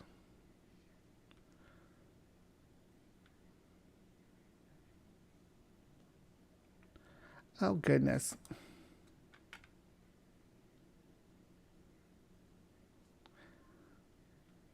Leto brought the young woman. Yeah, well, go back to the beginning. I'm Pope terrible John Paul about that II anymore. Personally performed 3 exorcisms during his reign. While the Vatican typically refuses to call an event an actual exorcism, they do, however, acknowledge the events which they are describing. The Pope might seem symbolic, as we usually only see ceremonious duties, but the Catholic head does perform papal exorcisms and other duties. Italian journalist Fabio Marchese Ragona has always maintained that he believes that demons are real and prowl about the earth looking for souls. He is a primary source for the history of Vatican exorcisms. Just the notion of prowling the earth looking for souls. What are we talking about here? Demons prowling the earth looking for souls. John Paul II being no exception. Ragona stated that he has spoken to several exorcists who said the devil was terrified of John Paul II. He is said to have performed at least 3 exorcisms in his day, in 1982, 1984 and 2000. Before John Paul II, exorcism was considered a medieval practice, going away with the development of medicine and technology, but in 1998 the Pope actually approved an updated form of the rite of exorcism, nearly 400 years after the first rite was established and released. He himself had already performed 2 exorcisms at this point, and believed it was necessary to have this practice reinstated and, when necessary, used. On March the 27th, 1982, Francesca was with her family when they arrived in St. Peter's Square. Doctors were unable to solve the enigma, as the woman was under the care of a priest who was an exorcist, and of her... So, the rites of exorcism, I think they have to do it, like, because of certain criminal cases, they have to have, like, an on-staff medical professional, I think at least a registered nurse, to oversee the well-being of the possessed during the rites. Her parish priest at the time. Because her case was so unexplainable and unsolvable, Bishop Alberti of Spoleto brought the young woman before the Pope. This woman was completely emotionless. The Pope brought forth the rite of exorcism and began to read it in Latin. As the scripture was read aloud, she began to tremble and ultimately rolled around on the floor, shouting and shrieking. He was praying, and eventually the possession was pulled from her body and left her alone, finally. The woman, Francesca... Holy crap, you gotta be kidding, Ember. Ember says, I dated a girl whose mom thought I was a demon. My partner had a dream where Dream Me walked through a wall. So she had an exorcism done to banish me. Talk about overprotective parent. That is insane. Wow. I think you might have dodged a bullet there, my friend. Somebody suggested to me maybe it was transmitted through neutrinos. I asked how it could do that with the solar ends coming through and scrambling any signal. I'm not sure what conversation Brian's into here, but yeah. To be fair, we are all demonic. Yeah, I'm sure that like the Catholics would be like, oh yeah, but you're possessed by demons. They wouldn't even give me the time of day because, I mean, yeah. Especially if I came in there with my pink hair. Is leading a normal life, married with 4 children. Gabriele Amorth was the exorcist for the Diocese of Rome. Francesca visited him afterwards and with his own eyes saw that the woman was completely fine and normal. Demonic possession is a phenomenon deeply ingrained in the annals of human history, transcending cultures, religions, and time periods. The belief in supernatural entities inhabiting human bodies, often leading to erratic behavior and affliction, has shaped societies and religious doctrines for millennia. The concept of demonic possession can be traced back to ancient civilizations, where it played a central role in understanding the inexplicable. In Mesopotamia, the Epic of Gilgamesh mentions spirits and malevolent forces that could possess humans. In ancient Egypt, Right. Back then, I didn't have any idea what what certain health conditions were, or what was causing them. Everything was evil spirits and demons. If someone was sick, if someone, especially infection, if someone was sick and infectious, and they would do rituals to try to, because they didn't have medicine, they didn't have any way to indicate that that there was a disease present, right? They did what they could. They had primitive. We don't want to shame them for being primitive for that, but we know what causes these conditions. We need to move past it. Egypt, various spells and rituals were developed to exorcise evil spirits believed to cause illnesses. In the Hebrew Bible, particularly the Old Testament, accounts of demonic possession are found. The Hebrew word shadim refers to evil spirits or demons that were believed to influence human behavior. Notable instances include King Saul's possession in the Book of Samuel and the story of the demon-possessed man in the New Testament's Gospel of Mark. The one where they put the demons into the pigs, right? That's in Mark. Now, the narratives about demonic possession and faith healing, as the case may be, with Jesus doing his exorcism, or the deliverance ministry of the Protestants, or the rites of exorcism as performed by the Vatican, or by the Order of the Vatican, all have their own distinct flavor, but it's all the same thing. It's rooted in a deep historical misunderstanding of mental illness and other medical conditions that weren't understood in ancient times. Demonic possession also held significance in classical antiquity. Ancient Greeks believed in daemons, supernatural beings that could possess individuals, leading to madness. Well, that Greek word it also translates just to spirit, demons. The Greek root is the Greek root word of demons, and it means spirit, though. In Greek, demons weren't all malevolent. They were just whatever spirits of whatever aspect of reality you were dealing with. Everything had its own spirit. Spirits of fire, spirits of the wilderness. Every tree and rock had a spirit in it. It was a interesting view of the natural world. Erratic behavior.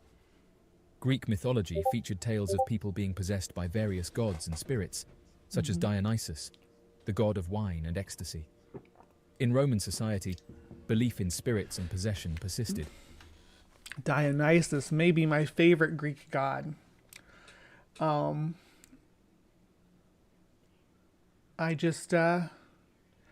don't know. I'm not into. Well, I am. I shouldn't say I'm not into to revelry. I like the darker aspect of Dionysus. I think he's my favorite. With exorcisms and rituals aimed at banishing malevolent entities. The Roman historian Livy documented instances of demonic possession in his works, emphasizing the role of supernatural forces in human affairs. Demonic possession took on a new... Ooh, we have an ex-Catholic in the side chat too, by the way. Hello, my beautiful bunny. As an ex-Catholic, this is all familiar. However, every time I hear things about demonic possession, I still find it weird. Yeah, and you're in Europe, right? I know a lot of European countries are moving towards a more secular foundation, but I know that there's some that are still, much like the U.S., stuck in a tug of war between progressing from superstitious religious society to modern evidence-based and pragmatic society. New dimension with the rise of Christianity in the medieval period. The church played a pivotal role in shaping beliefs about possession, with the emergence of exorcism as a formalized ritual. The Gospel's accounts of Jesus' exorcisms contributed to the church's recognition of the phenomenon. The infamous Salem witch... Yeah, but we're going to get Salem witch trials in just a second, get until we can talk about Cotton Mathers. But when it comes to the scripture, though, are there any exorcisms that are performed by anybody but Christ himself? Which it would be, in Christian theology, would be God, or the essence of God in human form, was the one who was able to do this. There's no indication that this was an ability that was present in just the average Joe on the street by using the Bible or whatever.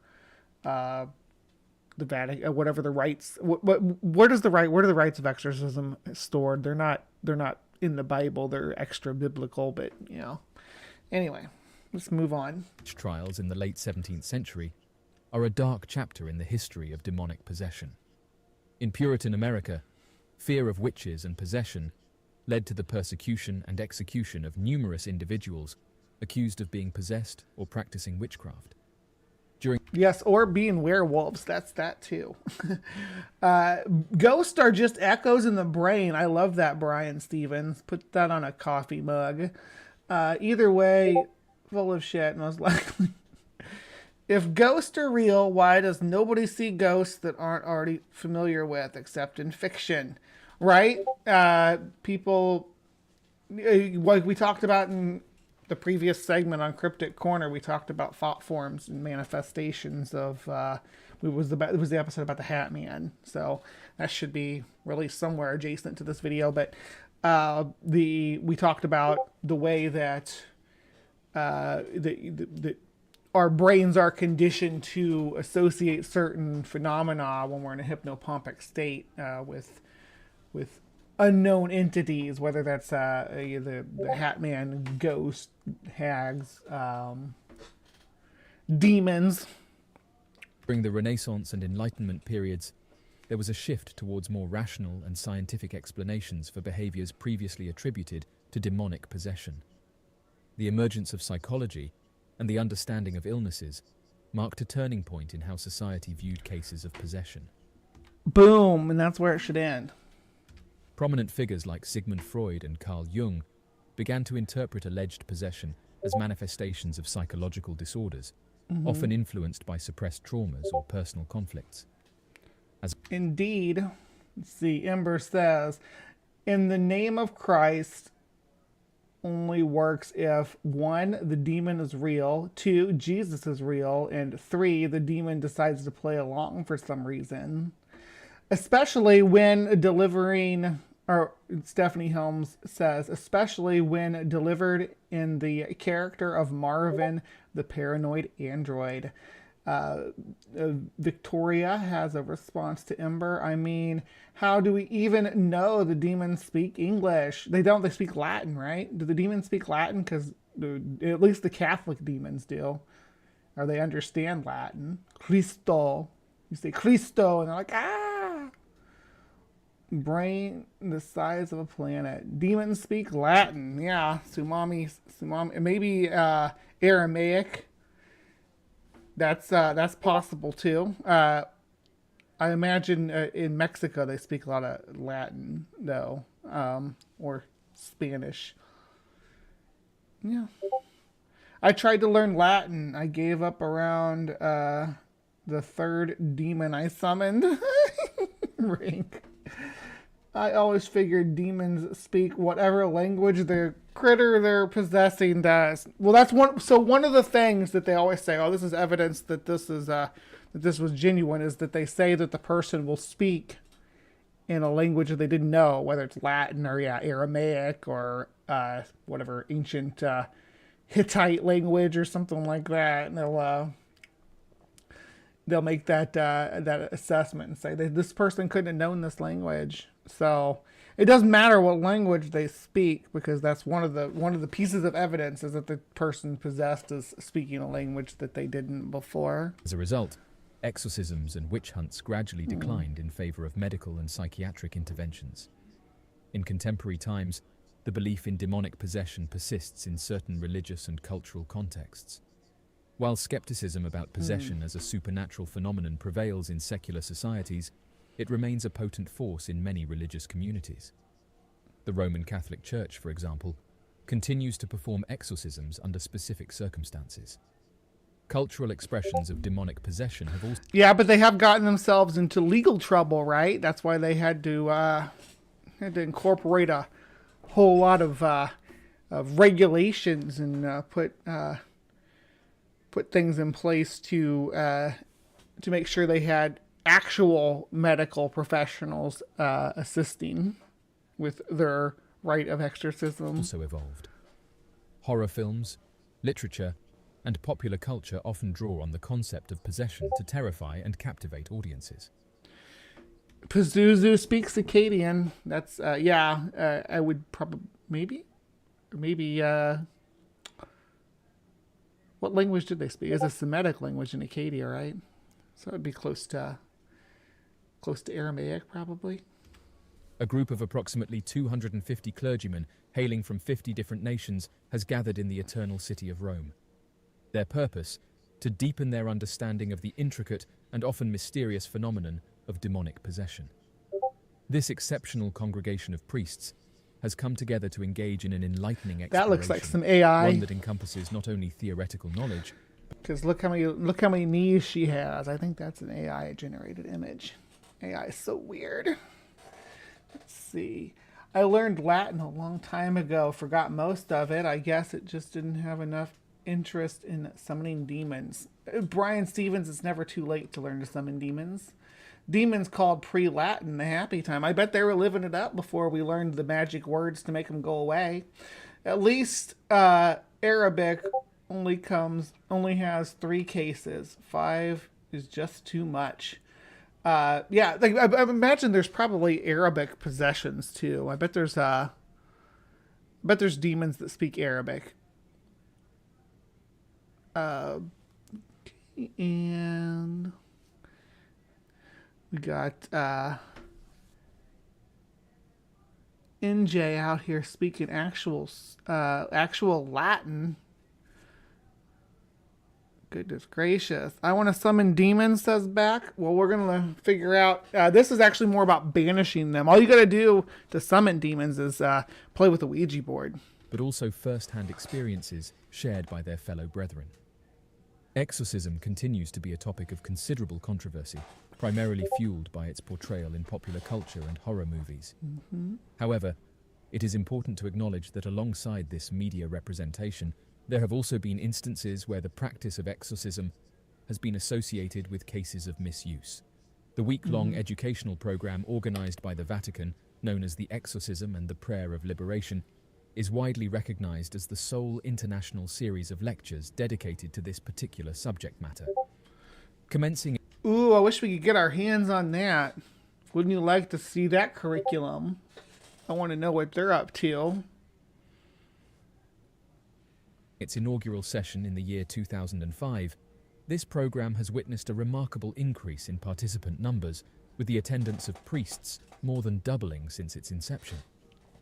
Catholic priests from various countries have recently shared with the media that there has been a noticeable rise in individuals coming forward and recounting experiences that they believe to be indicative of being possessed by demonic entities. In a significant pronouncement made last year, Pope Francis emphasized the importance... We're talking about Jinn in the side chat. I do need to do an episode on Jinn sometimes. An episode of CryptoCorner maybe on Jinn. Ouija is for ghosties. You need a demon board for infernal spirits. Well, so it depends on who you ask. Ouija boards can be not connect to real ghosts at all, but only demons. Only demons come through a Ouija board. I've heard that a lot from evangelicals. You can't actually speak to the dead. You can only speak to demons. So, it depends on who you ask. Of addressing the genuine spiritual disturbances that some parishioners may face. According to reports, the number of individuals seeking exorcisms in Italy reaches an astonishing 500,000 annually. This phenomenon is not... Hot damn, 500,000 people demonically possessed seeking exorcisms in Italy? Is that real? Is that legit? I don't know. That sounds inflated. 500,000. I'm trying to find a source for it. People in Italy need exorcisms.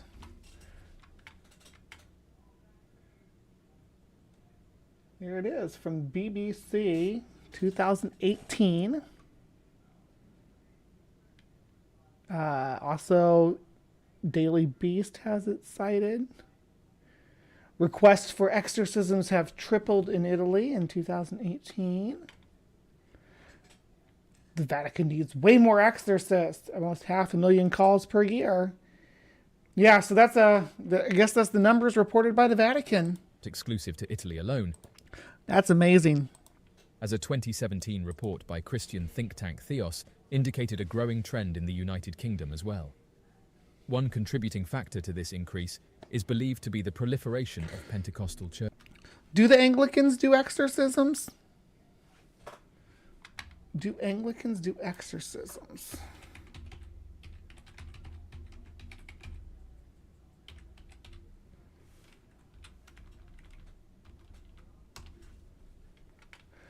Church of England. According to the representatives, most cases brought before it have conventional explanations, and actual exorcisms are quite rare.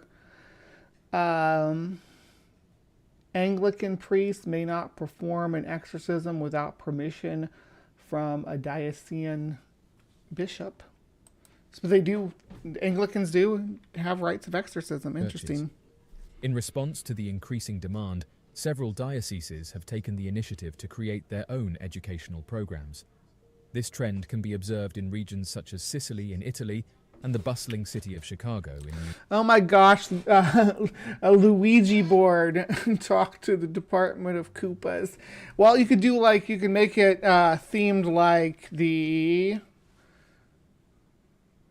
Luigi's Mansion. That kind of fits the theme there, because Luigi's Mansion, you'd have boos. You wouldn't have Koopas, though. But boos are good. I like boos. Whenever I used to play Mario Kart, King Boo was always my go-to, because, I don't know, he's just so cute. I like Birdo, too. And Yoshi. Birdo, Yoshi, and King Boo, the cutie pies. Those are my go-tos. When I play Smash, Kirby is my go-to, also just strictly because he's adorable. United States. According to Father Gary Thomas, an experienced American priest with over a decade of exorcism practice, there has been a notable rise in the demand for exorcisms. A Waluigi board. Is it you use an onion for your planchet? Contributing factor to this phenomenon, he suggests, is the growing reliance on social sciences in our society, resulting in fewer churches training priests as exorcists. This decline in exorcism... Toad and Toadette are both cute. All the little toad people are cute. I'm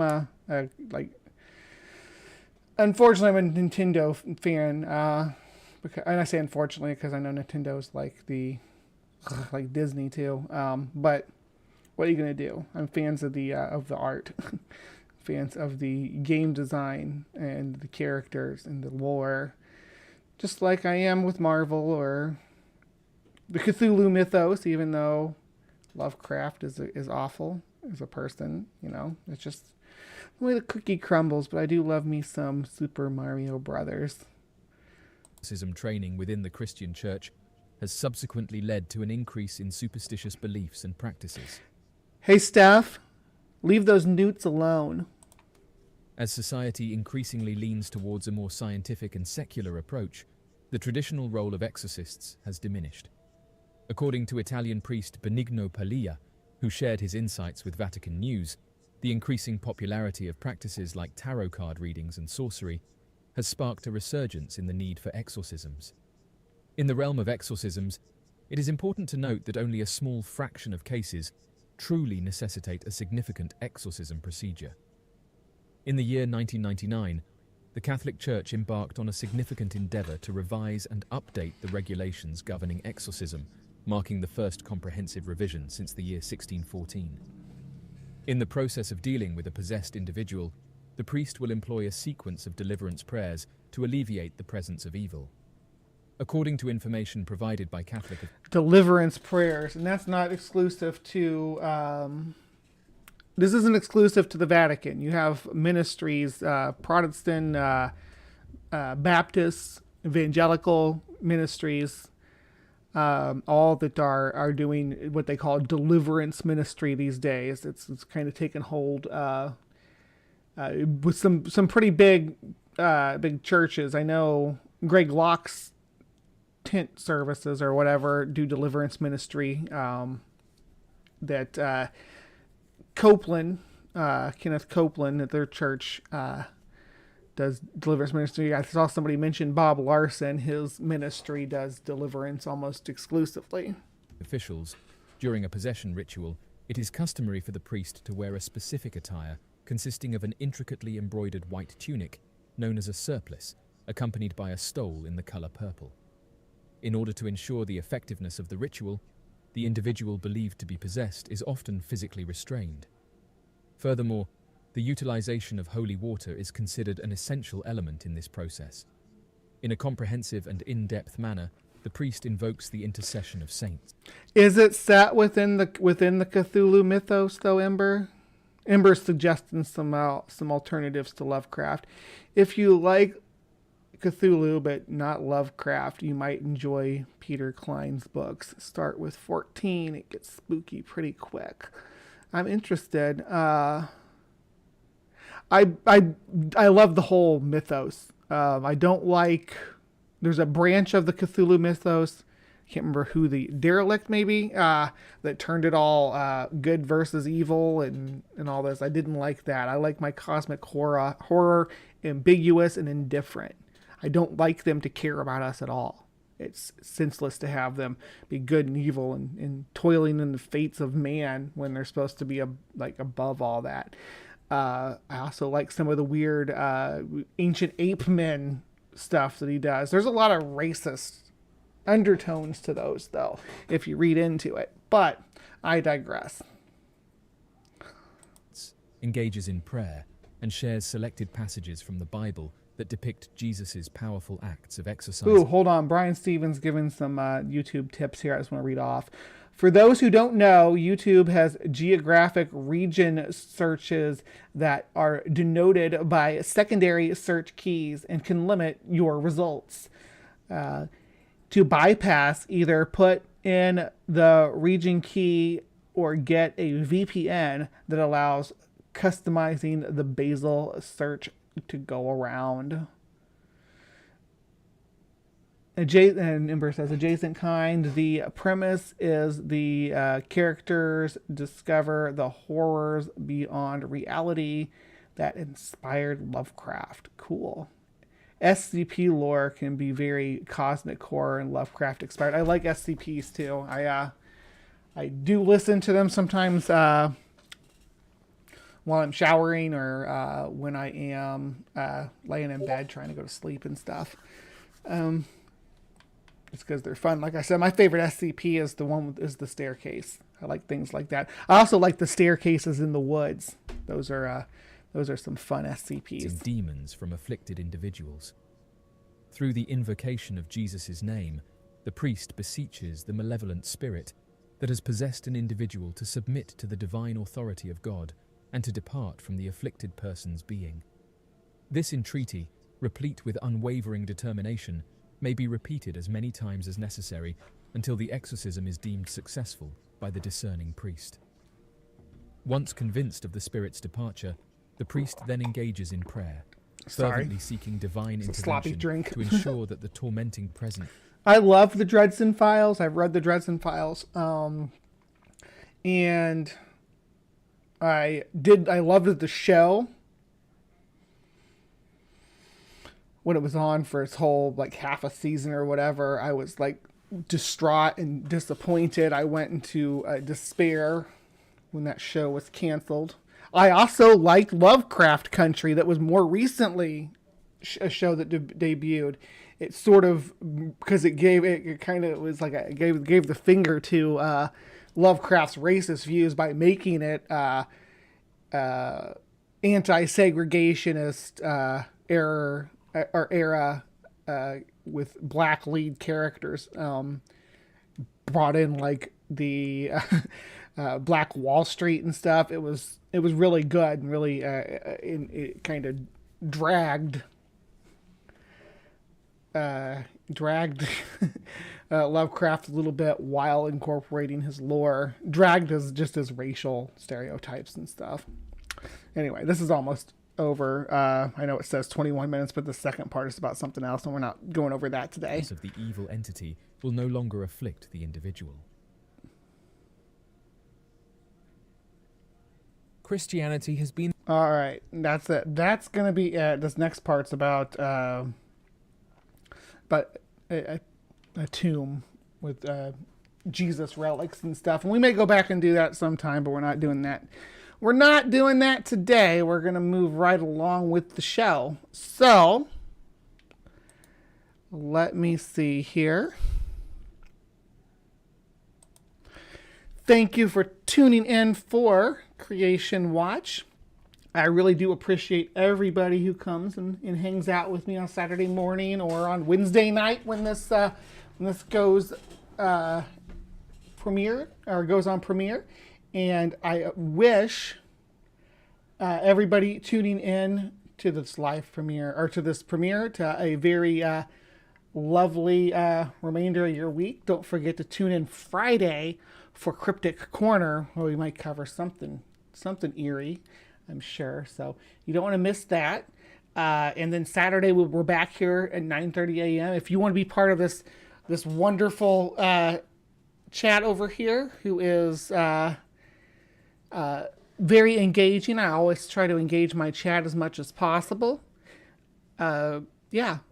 Please pop in and join us. That's Central Standard Time, by the way, so you have to convert that to your personal time zone. But we would love to have you here, whether you're critical, whether you believe in this stuff, you believe in demonic possession, and you want to put your 2 cents in. Yeah, come on into the side chat. We welcome everybody, believers and skeptics and everything in between.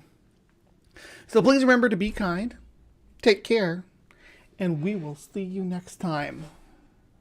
All right, again, don't go anywhere. The show is not over. Not over. Don't go. We have a whole nother segment lined up, and you're not going to want to miss it because it's another spooky season special,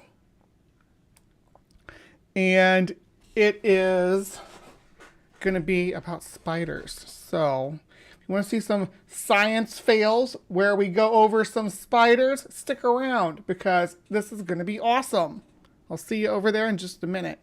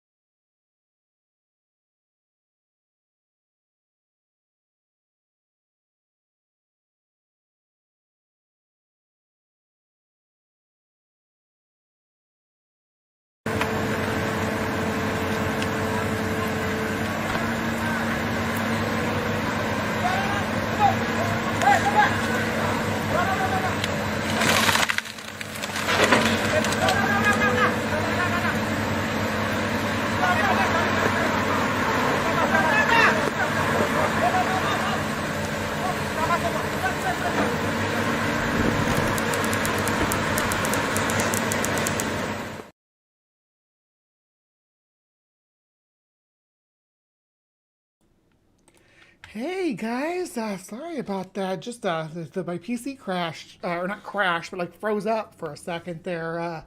Like everything, I have a lot going on right now. I can't blame it for being overworked. I'm sorry if I'm overworking you, sweetie. I got lots of windows and stuff going on because we got a lot to still to go over just yet.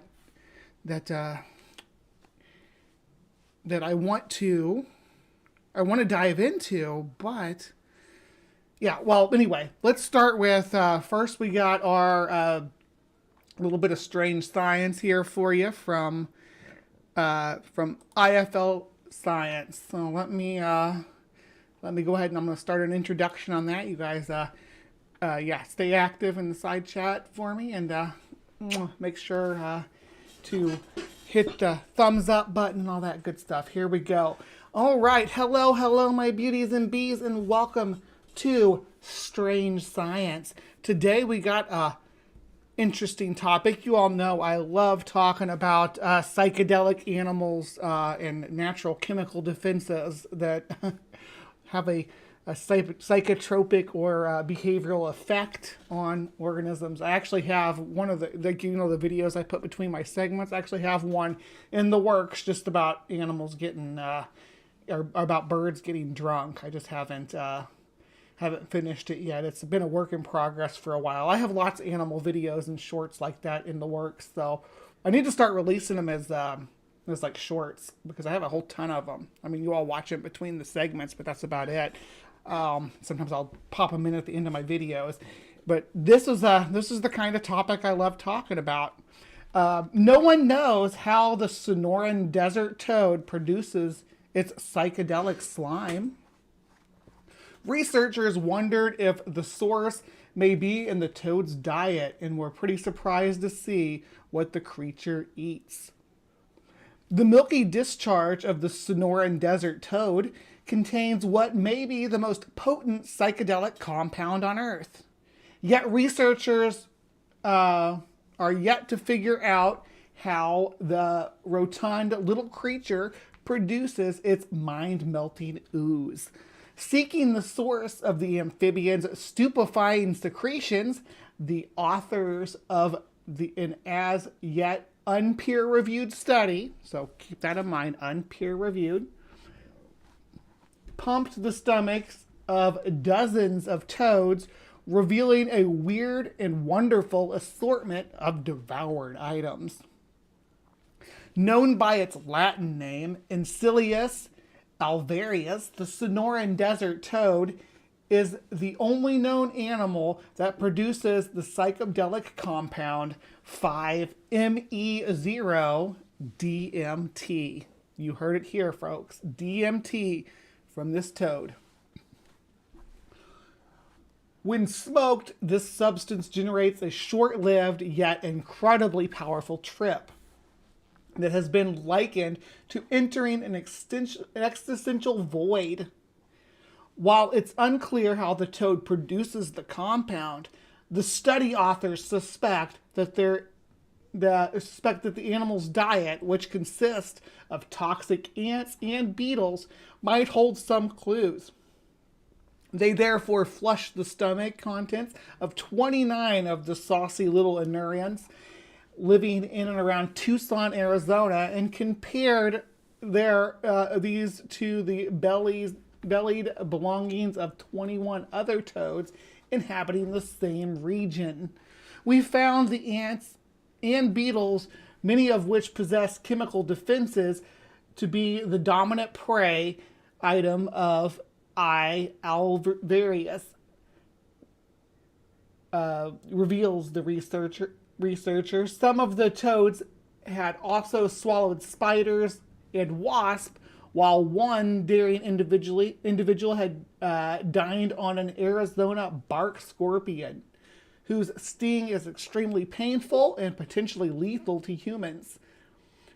Another, meanwhile, had chowed down on a bullet casing. That's interesting. I don't think the bullet casing would have any impact on its psychedelic secretions, though. Interestingly, some of the ants in the toad's diet were from the Pogonymyrmex genus, which contains numerous species that are known to produce psychedelic effects when eaten. However, the results of the study indicated that I. alvarius does not consume these ants in sufficient quantities to provide a major source of 5-ME0-DMT. The researchers also noted that several non-psychedelic toad species were also found to have eaten the same ants, and the Sonoran desert toad from different environments have highly divergent diets, yet still produce 5-ME0-DMT in similar amounts. Overall, these findings suggest that a direct dietary source of 5-MeO-DMT is unlikely in the Sonoran desert toad, concluded the study's author. Having ruled out ants, beetles, scorpions, wasps, and even bullets as the primary ingredient in the psychedelic toad slime, the researchers are left to speculate on the origins of the trippy residue. Previously, it had been suggested that the animal may generate the compound using an enzyme called 5-hydroxyndole 0-methyltransferase. And while the presence of this catalyst has not been confirmed in Alvarius, the authors recognize that this could be the answer. For now, though, all that we know for sure about the Sonoran Desert toad is that their numbers are dwindling due to excessive harvesting of their psychedelic slime.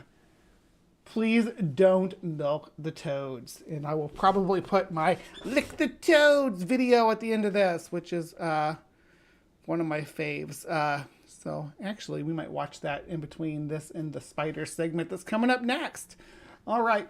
Thank you so much for sticking around with me for this little segment of Strange Science. Just a cute little video or a cute little article about psychedelic toads and and the research trying to figure out why it makes us trip so bad and where that comes from. Yeah, let me see if I can pull that Lick the Toad video up, and then we'll move into the spiders.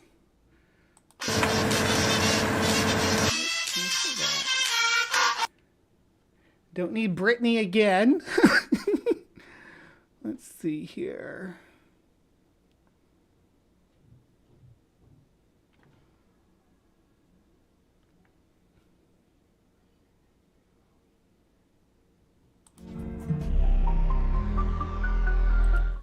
Yo, VIPs, let's wick it.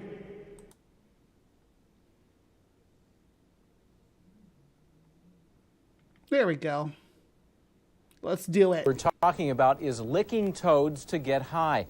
Now, for years, various Indians of Central America have ingested the hallucinogenic secretions of toads, but that practice, according to the Drug Enforcement Administration, is against the law. At first glance, the toad does not look like a criminal. Lick the toad, lick the toad, lick the toad, lick the toad. They call him Narco Toad. On the street, he's also known by his alias, Bufo Marinus. He and his cousin, Bufo Alvarius, are dangerous dudes. They deal in a mind-scrambling substance that defends against intruders. It all comes from a little gland behind the toad's head. When bitten, the toad secretes a milky white fluid from its parotid glands that can poison its attacker, making them extremely ill and sometimes causing cardiac arrest. Watch whatever crap comes on next. Coming up next. Live from the Hive. The organization took to their Facebook page last week to caution visitors not to lick the Sonoran Desert toad. Don't lick it.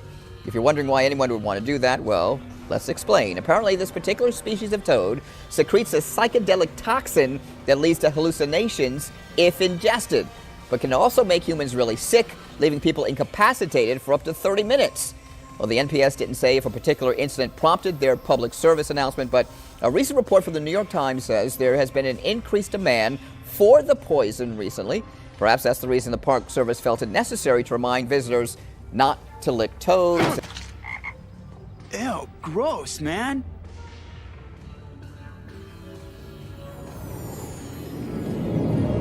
You okay? Whoa, everything's so significant. Dude, you gotta try this. Not even. It's got your germs on it. Not this end. Oh, I can see the air. And you know what else? The hallucinogenic compound of bufotoxin sometimes do create a feeling of airiness or flying and things like that, and we believe that the witches flying around on broomsticks is probably due to the toad component of the witch's brew. While the psychedelic bufotine has been detected in dozens of toad species, Bufo alvarius is the only amphibian known to biosynthesize its O-methyl homolog, 5-MeO-DMT. The toad's neck and limbs carry numerous protuberant glands marked by pores through which venom is excreted from subcutaneous lobules that contain the enzyme responsible for biosynthetic conversion of bufotine into 5-MeO-DMT, in addition to the production of other tryptamines and cardiotoxic steroids. Ooh, check it out, man. The licking toad. Yeah, licking toad, man. Lick the toad. The National Park Service says if you see a toad in the wild, keep your tongue in your mouth. That substance is bitter and foul tasting. It blocks nerve transmission. It can affect the heart. It also can get you high.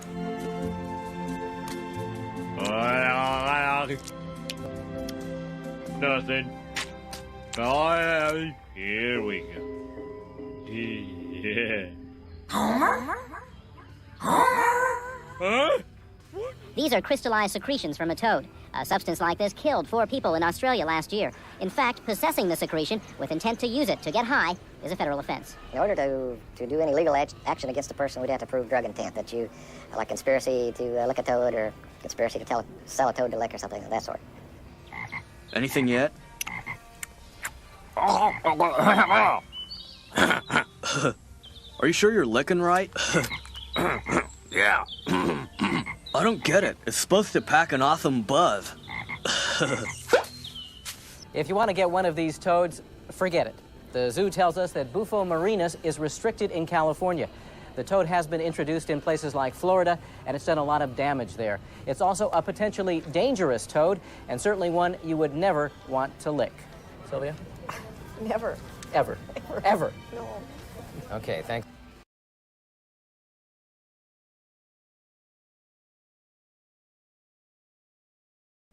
Hello, hello, my beauties and bees. Welcome to another episode of Sci-Fails. And this may be the last episode of Sci-Fails that's on live from the Hive, because I am planning on taking Sci-Fails and putting it into my own separate time slot, where I will have a guest with me, generally, when we go over the videos. So look forward to that, but this will be the last one. It may not be the last one I do solo, but it's definitely going to be the last one I do on Live from the Hive. We're going to go back to the regular rotation where we do just the eco news, strange science, and paleo peak as the end segment for Live from the Hive. So it'll just be some variation of those 3 again. And we're going to take Sci-Fails out, because Sci-Fails is, I'm loving doing it. And that's where we look at these bad paleontology or ecology or just bad animal videos in general, bad science videos in general for that matter, and crack that open and kind of critique it. And we're not going like, this is the more surface level stuff. You all have seen what I've done, like Bright Side, these animal versus animal videos, the top 10, top 20, most deadly, the largest, the scariest, all these lists that people put out, tier list, and icebergs. Any of them that are bad, we're going to go over them. So look forward to that in its own time slot. I haven't picked a time yet. I'm going to consult with my evolutionist friends, and because they're probably where I'm going to get most of my guest host from, and we'll sort out some kind of time slot for that moving forward. It'll be fun, so and it'll be more we can dive into a little bit deeper. It's really changing because I've actually found myself dragging this segment on way longer than the 3 hours I generally give for the Live from the Hive show. So that's why we're cutting it down. Just to let that air here. But in the meantime, let's get to today's Halloween Sci-Fails special, because, I love Halloween. You all know me. I'm a holiday girl. I like to celebrate all the stupid holidays. It's nice to say stupid because some of them are silly, but why not celebrate? I do Christmas and Yule and all that stuff. I like to engage in. I'll do American Thanksgiving, Canadian Thanksgiving, whatever you got, throw it at me. Indigenous People Days, I'm here for it. I love Pride Month. I love celebrating my Irish heritage on our St. Patrick's Day. It's just what I'm about. I'm just a festive kind of gal. We should keep that those traditions alive, regardless. I'm here for it. All right, so, but today we're talking specifically about spooky season, and we're talking specifically about the top 10 most venomous spiders. Now, this creature right here makes the list for him, but I just wanted to show you all this because this is a mouse caught in a black widow's web. and she bit it on the tail. I think she is going to eat the mouse, or at least eat parts of it. Yeah, I do love me some Pie Day. Satan Murdering Bastards Day. What day is that? We should celebrate it and give me some memes on it. I will. Yeah, I look up sometimes at work. I look up what National Blank Day it is, and I'll like tell my my team underneath me that I'm like, oh yeah, here, happy this day, and then people just enjoy it. I like festivities and things like that. But yeah, we are looking at a video from TrendMax. TrendMax is I think it's a content mill, but 2.11 million subscribers. And look at all the, only 67 comments. Just kind of off balance if you consider how many, but maybe they cull their comments heavily. And only 664 thumbs up for 2 million. That's interesting. Those are interesting numbers. But here they got the image here is our European Latrodectus, right? This is the Latrodectus tradisimigutatus. That's a long Latin name for 13 spotted. So it's the 13 spotted black widow, which I think is convenient because yesterday was, in this timeline, yesterday was October 13th. It was a Friday the 13th in October. Always fabulous. I spent the evening with my son hanging out watching, we actually started watching that new Goosebumps series with Justin Long. It's kind of cute, creepy, and spooky. But this spider here does come from the video, and we are going to have to dive into some mythology about it. So you stick around, guys. You do not want to miss this. If you want to see some spider stuff debunked, a lot of bullcrap spider claims debunked, stick around because this video is chock full of it. Chock full of it. Let's get it going.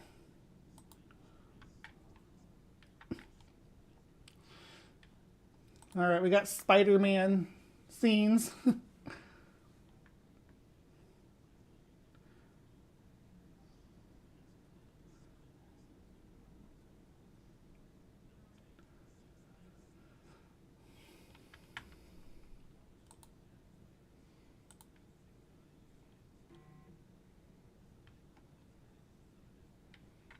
Mm-hmm.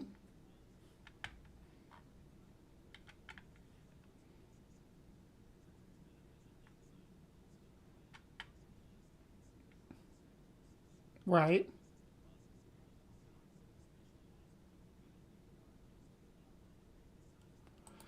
And let me be clear, when they talk about this stuff being caused by that spider's bite, this evidence is not from them biting people in the wild. This evidence is from them testing the bites on rabbits. I have the study right here that's referenced for this video.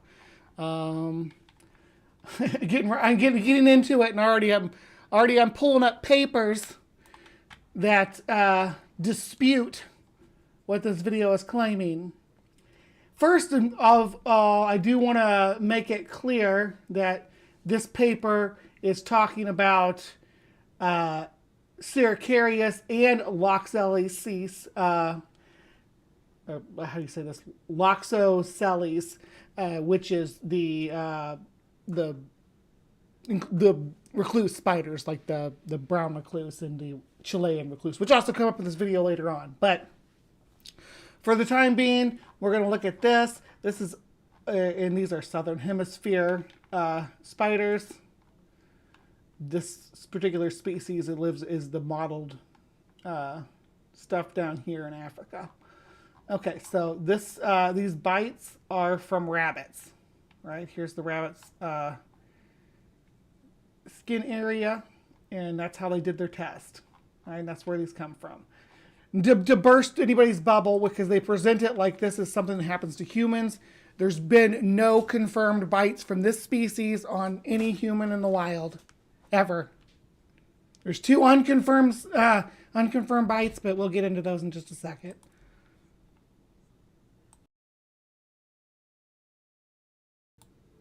Oh. Are you kidding me? I'm so freaking done. I hate this system that doesn't tell me when the video is muted. It drives me fucking crazy. A single bite can put a person into a coma or kill them. Get ready, because you'll be looking at the most venomous spiders in the world. Number 10, six-eyed sand spider. That is my biggest gripe about freaking. This is my that's my absolute biggest gripe about Streamlabs. There's no thing that lights up. You know, like when you're on most systems, you have a big red light that says that shows you what's on air. This does not. You have to look and see if the I have to scroll through a list of audio tracks which are available throughout my Streamlab and look to see if it's bouncing up and down to know if it's showing to you guys. So that's why I'm muted all the frickin' time. That's my biggest gripe with Streamlabs. I need something that says that this screen is live. That what I'm sharing is live. The audio is live. I need that. I'm so annoyed by this. It's bothered me for months. Streamlabs, please update to give me something where it has an on-air light. And I know that this is a community problem because I know Nakasuchi, the Raging Atheist, uses the same system when he does his solo live stuff, and he has the same issue. It doesn't tell you when your video is playing, or it doesn't tell you when you're live either. You got to look for your own audio bouncing up and down. There's no panel that says this is where the audio's live at. It's annoying. All right, rant. I'm going to cut all that out. But I wanted to rant to you guys about it because it makes me feel like I look incompetent, and yeah. And it's because it doesn't have any alert for me. Man, it's toasty in here. Let's start off with one of the most enigmatic spiders, the six-eyed sand spider. This arachnid lives hidden in southern Africa's deserts. While it's not prone to attacking, its bite usually... It's not just not prone to attacking, it's never attacked a person at all. It has serious consequences, since its venom has an enzyme called sphingomyelin phosphodiesterase that promotes necrosis. This is the process of killing cells, especially those around the bite, resulting in iPhone-sized purple bruises. So just to be clear, this is the scritch spider that digs the hole and hides. Oh, come on, I gotta pull that up here. Just a second. Go ahead, I'll go and play this. Some have compared the effects of this spider's venom to those of Ebola. Once the toxins from the venom reach the blood vessels, the effects begin to be deadly. The bleeding occurs and the red blood cells are destroyed all at once. If the toxin reaches the kidneys or liver, the effects can be deadly.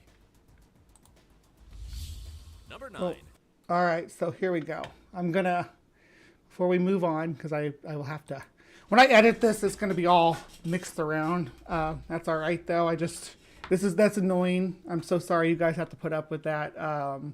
I wish I was able to monitor all this stuff better, but bear with me. I'm producing, I'm starring in, I'm writing and researching all this stuff solo. So yeah, I will edit all that crap out when this premieres, of course. So no worries about that. And like I said, this is the last one that's going to be in this format anyway. But this is one I was really looking forward to, and now it's all jacked up and I'm annoyed.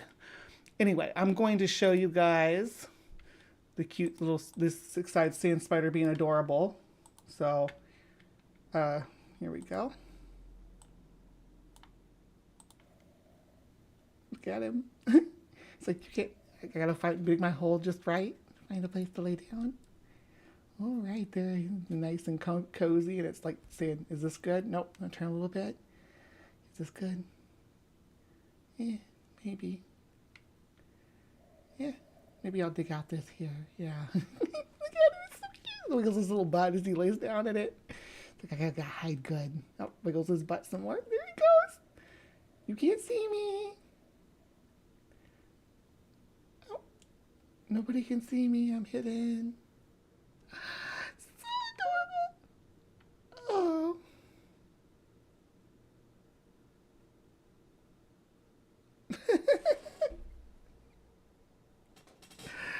Oh. Yeah, I got... So that's the problem. I got all my besties on here. And Sumami, she doesn't like spiders, and Maya doesn't like kitties. And I love both of them, but I love all animals. I'm sorry you missed Knock. I used to interact with Knock a lot.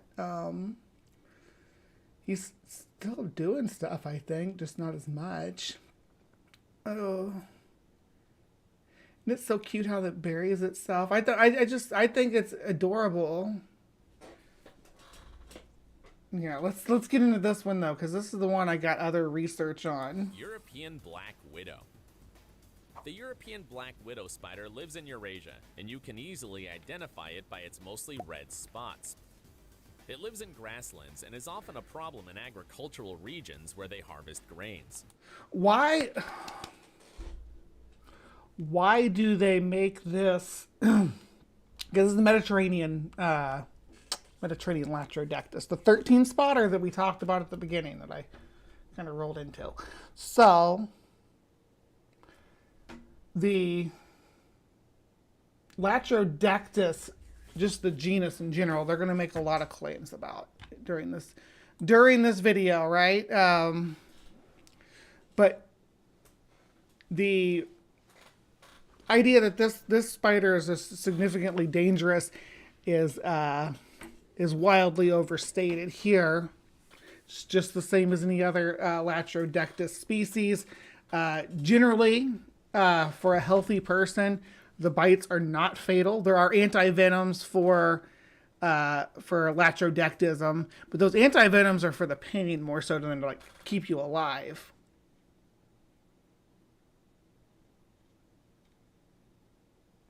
You squash bugs and think of me, but you still squash them. They breach the perimeter security protocol is part. You do you, baby. Why would anybody talk to Matt Powell, Ember? Who's talking to Matt Powell? Oh, Knock. Yeah, I saw that. I've talked to Matt Powell and like corresponded emails, but I haven't talked to him like face to face. Yeah, but when it comes to widow spiders, their venom is potent and painful, but it's non-fatal to an adult. Like when you have somebody go to the hospital with a black widow bite, they're mainly just helping you deal with localized pain, maybe a little bit of necrosis around the bite because it kills the cells. Latrotoxin is pretty wicked stuff, but most of the time when someone's bitten by a black widow, it's dry bites.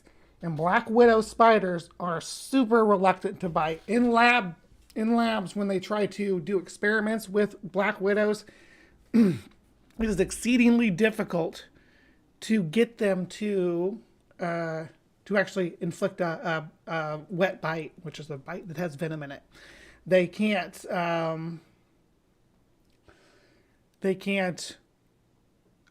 get them to even react aggressively. They curl up and then they play dead even before they'll bite. Really, the situations that most people are bitten in is the black widow is in some kind of cornered space and they're kind of mashed, and it's kind of a last-ditch effort to not die on behalf of the spider. And it's unfortunate, but the good thing about that is that most bites are on the extremities, right? On the tips of the toes, or the fingertips, or the hands, or the elbows, when they're in like a sleeve or something. Yeah, but bites on the torso might be more devastating, but honestly, the number of bites by Latrodectus across the board. I'm talking redbacks from Australia. We're talking black widows from North America and South America, Capoto spiders from New Zealand. Yeah, we got the African widow spiders. They're called button spiders. All of them have this latrotoxin, this same type of bite. Don't know, maybe they are masochists. Oh, still talking about PAL. Yeah. It's known to have bitten farmers in Ukraine and killed camels in Kazakhstan. Holy crap. That is the line I was waiting for. I didn't know that was just seconds away, or I wouldn't have paused it when I did before. Killing the camels in Kazakhstan. Man, this chair's getting loud. I need to get some WD-40 or something and spray it. Yeah, the killing of camels. I tried so hard to track this down. This is where it comes from, as far as I can tell. This is a 2004 BBC report from a camel farmer.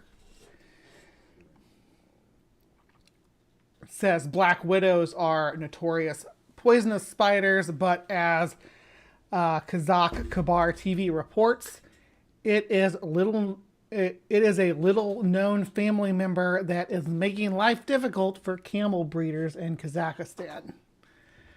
Caracut spiders, Latrodectus tradesimagotatus, are being found in increasing numbers in Kazakhstan's western Mangistua region, and they are biting. Livestock farms face major losses as their camels fall prey to a flood of deadly spiders.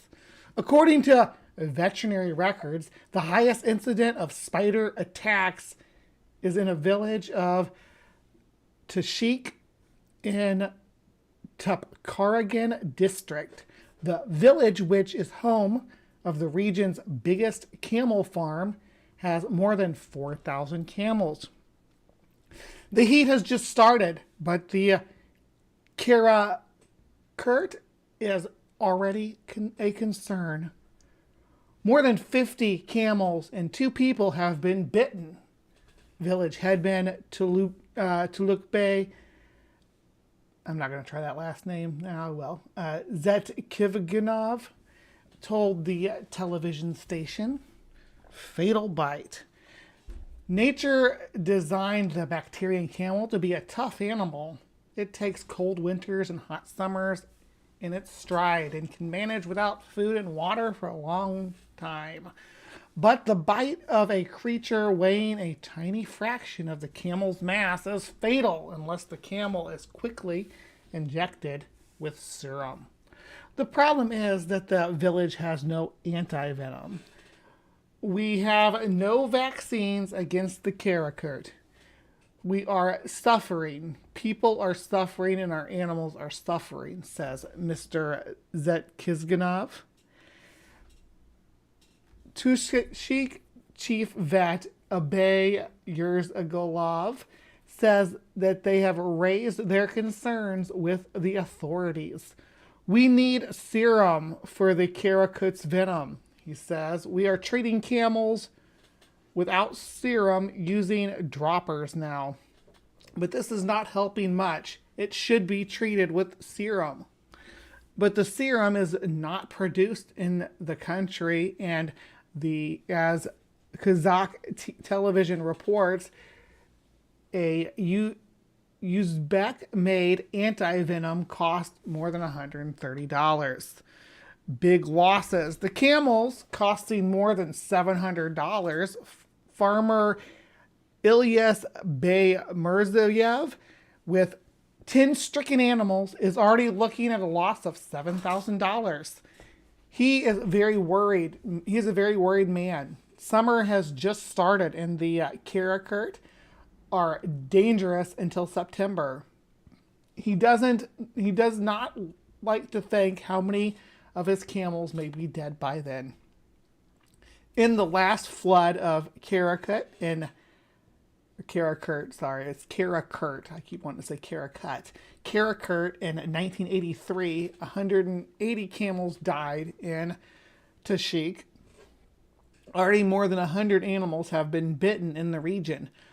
Locals treat this situation as an inevitable disaster, but as the television points out, it would have been better if the local authorities had bought the vaccine on time. So this is from 2004, and this is, this is where it all cited back to this reporting. And other than these camel farmers, and I cannot find any evidence that this spider actually can kill a camel. Nothing. I admit it can inflict painful and debilitating bites onto the animals, reducing their value or making them have to invest in health care for the animals that they would not have to invest in otherwise. I can accept that and acknowledge that without any problem. Okay, I'm good there. What I have problems with is the notion that these camels are dying from the spider bites. I think the camels being having their health inflicted may inversely impact the value of the animals or the profit from raising the animals. But I cannot imagine that we have hundreds of spiders dying from, hundreds of camels dying from spider bites. But I'm not a biologist. So I reached out to a biologist who studies spiders, who studies spiders in this family, actually. So I reached out to P.Z. Myers, and I said, "Hey, friend, I am debunking some spider myths and wanted to run this past you. Is there any proof beyond this camel farmer's claim that spiders are killing his livestock?" And I linked this article to him. And then I quoted, "In the last flood of Karakurt in 1983, 180 camels died in Tashik. Spiders just killing camels by the dozens? I smell BS," is what I said. And then PZ responded, "Unless the livestock those farmers are talking about are herds of mice, no, that's not possible. No spider is that venomous." So, from a spider biologist, I get that that this is not something that's plausible to happen, and that there's no additional follow-up reporting on this or further reporting on these seasonal floods of spiders killing camels. I call BS on that. I don't think that our 13-spotted widow spider, which is gorgeous in my opinion. Look at the reds and the black, so velvety. I would like to touch it, but I used to have a black widow. I still have my black widow biome back here. This is my special little, hold on, back up big. This is my special black widow biome that I made myself out of a old lamp. Unfortunately, I don't have a black widow right now, but that's okay. Black widows live for years too. The black widows that I've had in the past have all lived at least 18 months. So I had one that lived for like 3 years. My black hole spider that's back here, it's about, I want to say, 2 years old. Yeah, which is a long life for an Arania. Usually they live seasonal, but not these guys, because they live in the deep south. They don't have to worry about a seasonal die-off. Let's get back to the video, though. That's how evil it turned out to be. Ooh! Did you hear that? Killed camels in Kazakhstan. That's how evil it turned out to be. Do not call a spider evil for biting an animal it's the only time, again, This is so weird because the only time you think about a black widow biting is like when we stick our hands or something in a space where they're at. Camels, I imagine it's probably feeding troughs where they're getting bit. The spider is building a little web in the corner of a feeding trough, and the camel leans down in there to give it a bite or to get a bite to eat, and the spider is threatened and pushed into the corner, and it lashes out aggressively and then bites the camel on the face, which could be a lot more problematic than the bites that humans get on our extremities. Maybe that's the key here. Bitten people often develop what is known as latrodectism, a set of symptoms that are produced by all spiders of the genus Latrodectus, and many of them are on this top 10. Right, this top 10 is about half of it is the genus Latrodectus, which is going to get more and more triggering as it goes along. Now, I've watched this whole video to about right here, the last section on Latrodectus. So I know that there's a lot about it in here, and latrodectism too. The symptoms include widespread muscle pain, cramps, vomiting, and nausea. Only 3 out of 4 people who were injected with the venom will experience pain in the affected area. Right. So yeah, one in 4 people will get the effect, and then I'm just reading you the statistics on these things, and then the percentage of people who have medical, it's a point, I think 0.5%. No, that's for the Brazilian wandering spider, but yeah, we'll get into that in a second here too. But the people who need medical treatment for anything other than to try to treat acute pain is like less than 1% of bite victims. It's always in it when it is medically significant. It's somebody who's already sick or infirm for some reason, somebody who's extremely elderly, or infants and small children. However, one of them will feel how the venom spreads through their body, and their life will be threatened because a spider bit me and now I'm crawling up the wall, says Ring. Is this normal? Yes. A lot of spider bites result in that. One of them will feel how the venom spreads through their body, and their life will be threatened because, in addition to the symptoms mentioned earlier, that person will have bronchospasm and abnormal heart rhythms. Number 8, redback spider. That's the third Latrodectus, and we're only wow, and we're only 2 minutes in. We've had the European, or is that the third Latrodectus? What would be that so far? No, okay, so it's just the second one. Okay. It's time to come to the country where anything may kill you, Australia. This country is home to the redback spider that is precisely distinguished by having a red mark on its back. Female redback spiders are famous for devouring males after or even during intercourse, and can save sperm for up to 2 years. Okay. From pregnant. Good grief. All right. So when it comes to widow spiders, and the name widow spider in general, the notion that they commonly eat their mates is sort of overblown. It's based on laboratory settings and in isolation where they put them together and observe them. And in that case, the male has no escape route, right? Now, all male spiders are at risk. All male spiders are at risk of being consumed by their mate. Like all of them.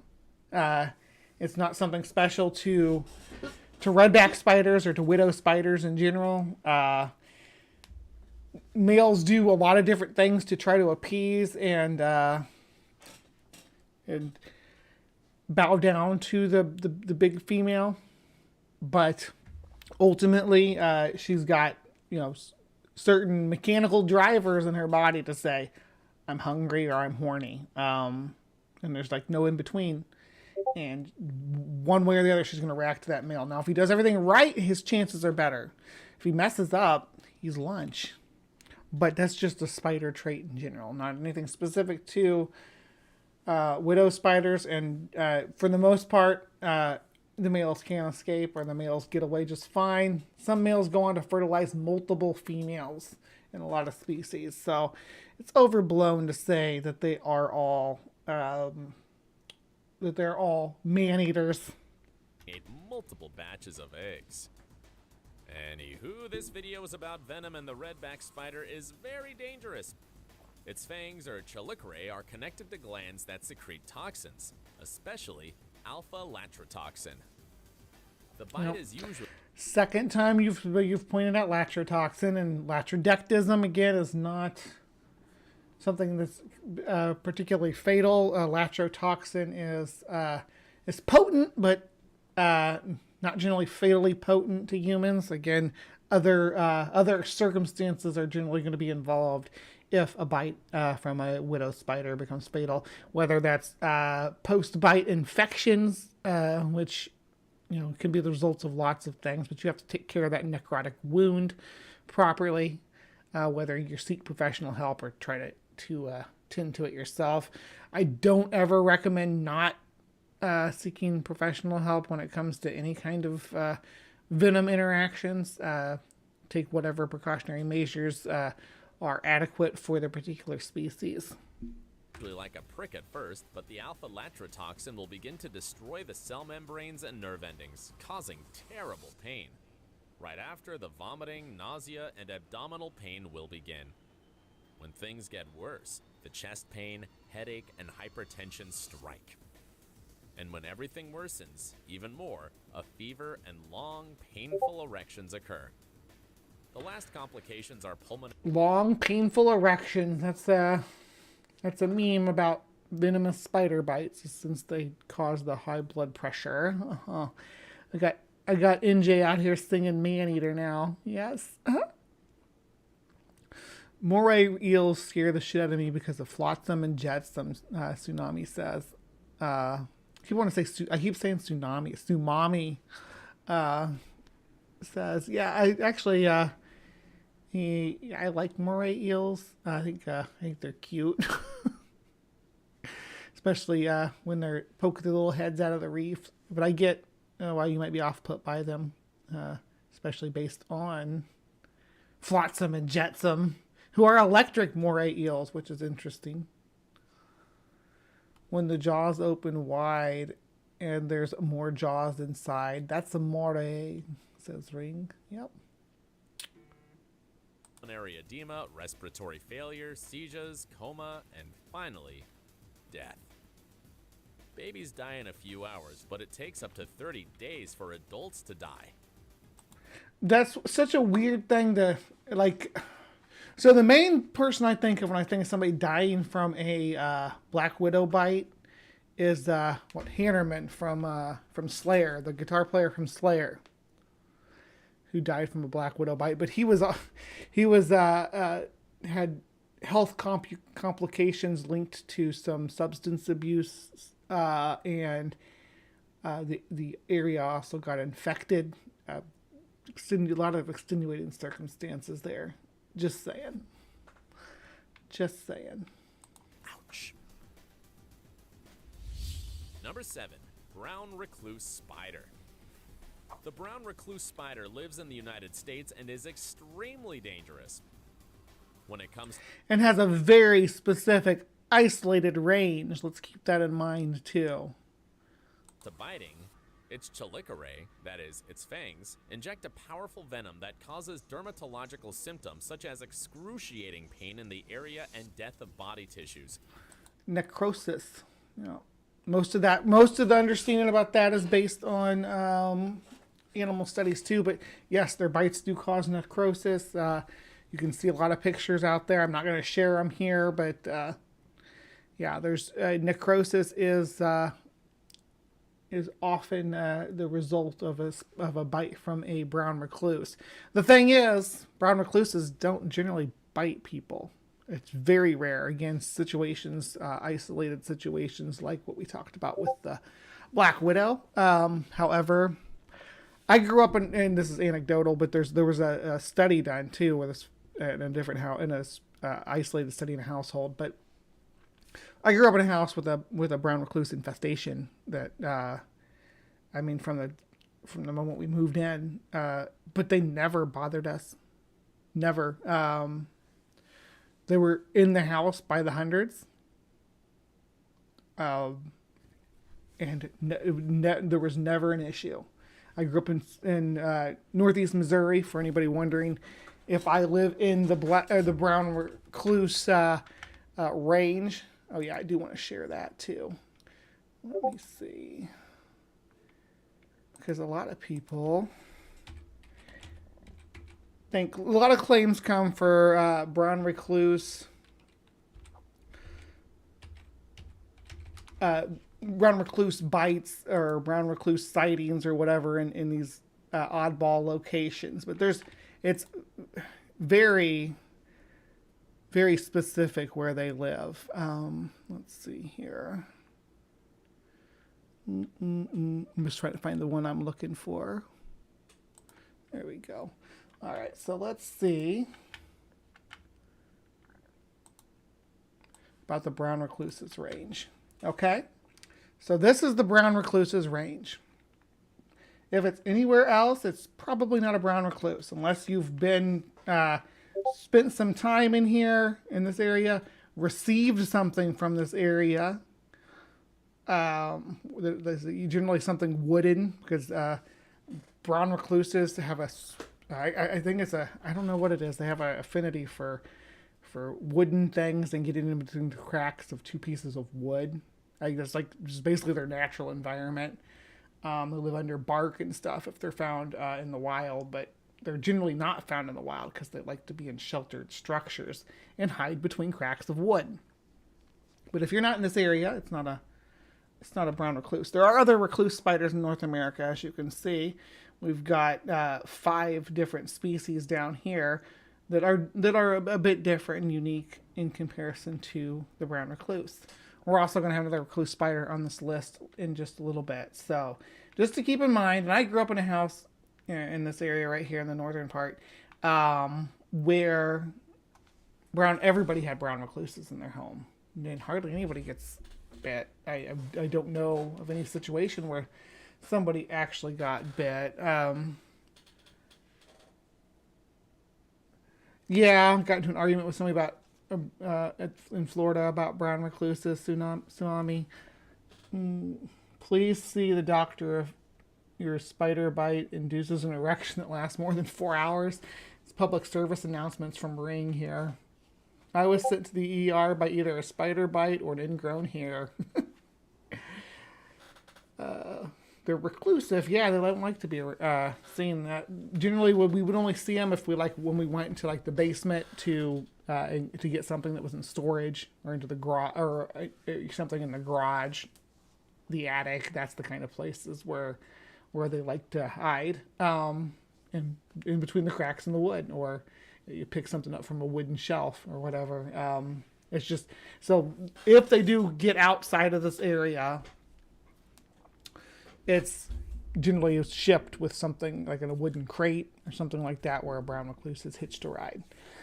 So yeah, if you lived in this area and then moved elsewhere, yeah, you might have a brown recluse. But generally, as this image says, not here, not here, not here, not here, not here, not here. None of these places.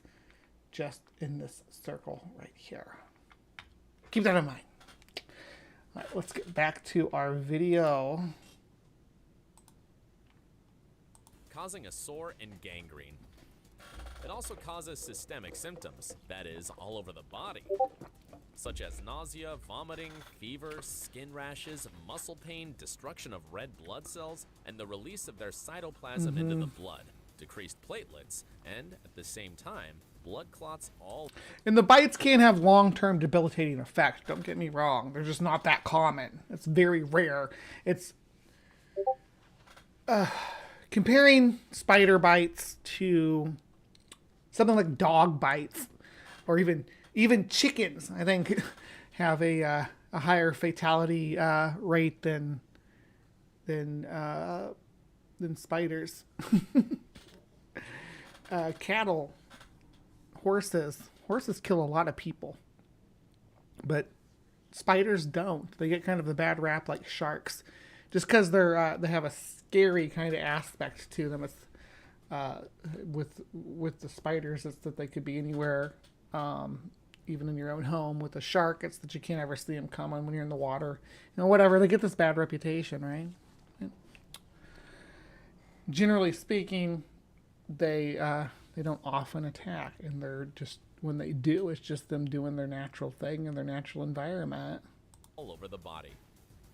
Finally, you'll suffer from kidney. Yeah, Ember, there's this area in the middle of Florida that is raised up. It's almost like a mini desert.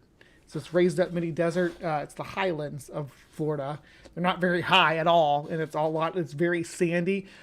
I know a lot about it because it's the unique habitat of this very specific species of bee that's blue that they thought was extinct since I think it was the 70s, and now it's recently been, in the last couple of decades, it's been rediscovered in isolated populations.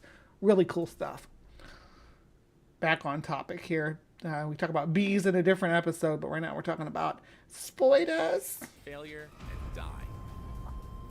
Watch out for the bites, because the venom spreads throughout the body within minutes, and the systemic symptoms show even before the skin ones. Number 6, false widow spider. Ugh. The false widow spider is a venomous and invasive species. It's native to the Canary Islands and Madeira. Then it moved out to the United States and the United Kingdom, and in the last 10 years, it has spread to South America and Europe. So, false widow spiders have a similar toxin to black widow spiders, to Latrodectus, who their sister clade to.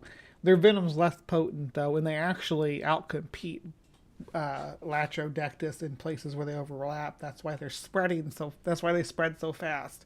And but in like the western United States, they've supplanted black widows in a lot of the historic range. As it's very adaptive, we can find it almost anywhere. Gardens, basements, swimming pools, roads, cactus, or poles. Sooner or later, you're gonna run into this spider. It normally bites because it's on the clothes that people had left hanging and they're putting them back on. Right, getting into the sleeves and stuff. But the toxins will soon make you feel a pain from the biting size, developing fever, and generally, when you're talking about this species, the bite's more like a bee sting. But all these bites are generally like a bee sting. They're usually pretty isolated, and there may be some changes in your blood pressure and stuff. Bee stings can do that too. Obviously, allergic reactions are a real problem. Allergic reactions, if there's a death directly related to the venom and not from an infection due to the necrotic effect of the venom, it's due to an allergy to you have an allergic reaction to something in the in the venom, whether it's the latrotoxin or lixolitoxin. General discomfort. Its venom contains alpha-latrotoxin, a toxin that creates pores in neurons through which neurotransmitters escape. The result? The signals between neurons are blocked, so you end up with neuromuscular paralysis. Some cases have resulted in heart disorders, death of the body tissue surrounding the bite, and amputations. Yeah, it is localized generally with when it comes to the false widow spider. It's mostly localized acute symptoms.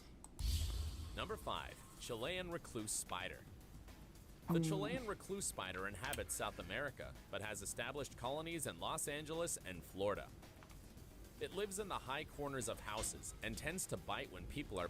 It's just it looks and behaves much like the brown recluse, and it is actually very similar in potency as well. So I mean, there's some misgivings about the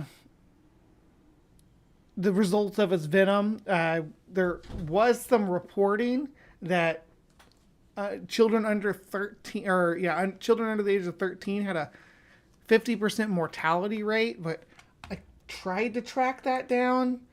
I went to, let me show you. So I went to the wiki where where all these top 10 lists cite all their information from without actually investigating it, because they don't know how to use Wikipedia. They just quote it instead of actually investigating whether what's on there is accurate, because sometimes it's wrong. So I went to this here, and there is a link right there to a Spanish language document. And let's see here, do I have that still pulled up? Yes, here it is. Now, my Spanish is not perfect. It's not even close to perfect. I can read a little bit, and I use translating software to assist me, but I'm pretty good at this. I took 2 years of Spanish in high school, but some of it sticks and some of it doesn't. But generally, trying to break it all down, I'm not real great, but finding the good thing is I'm looking for a numeric value, 50%. So I scanned this document over and over, looking for any citation that supports this 50%. This 50% number implied by the Wikipedia article. I just couldn't find any real value to it.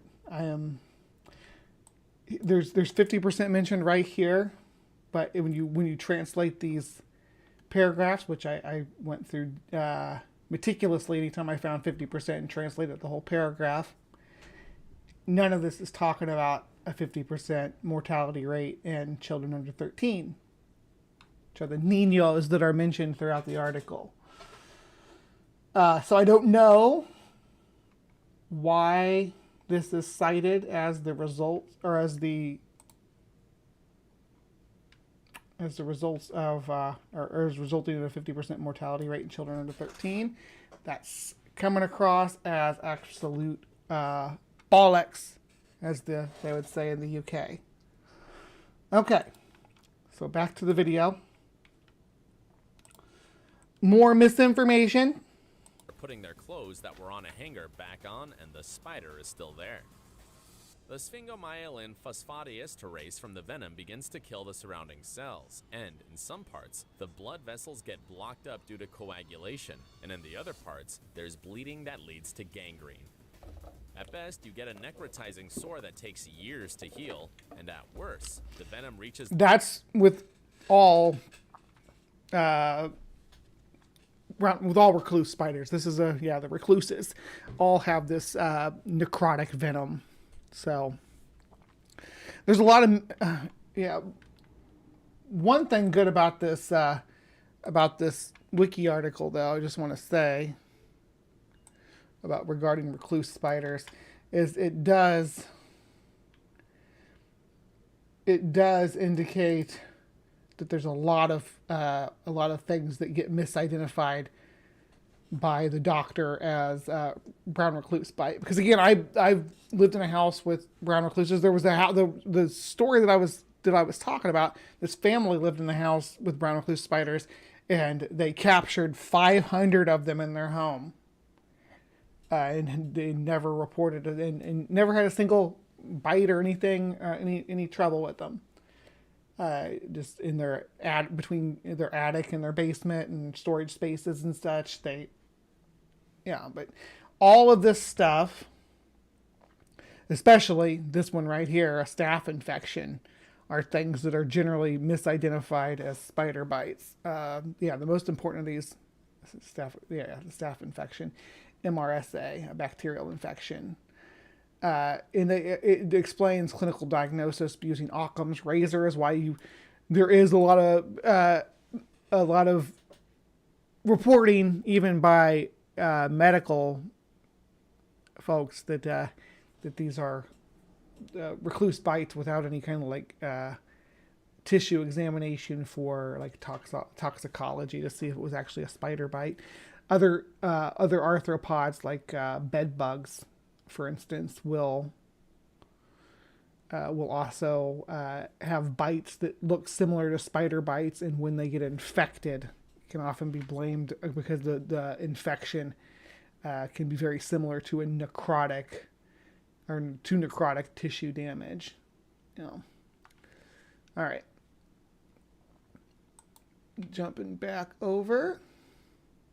It's the bloodstream, and you, along with all your red blood cells, die. Between 3% and 4% of bites cause death, although other statistics indicate that half the people under 18 who are bitten die. Number 4, Western widow spider. How many widow spiders is this now? How many Latrodectus spiders are we going to put on this top 10 list? The Western widow spider is one of the 2 most dangerous species of black widows.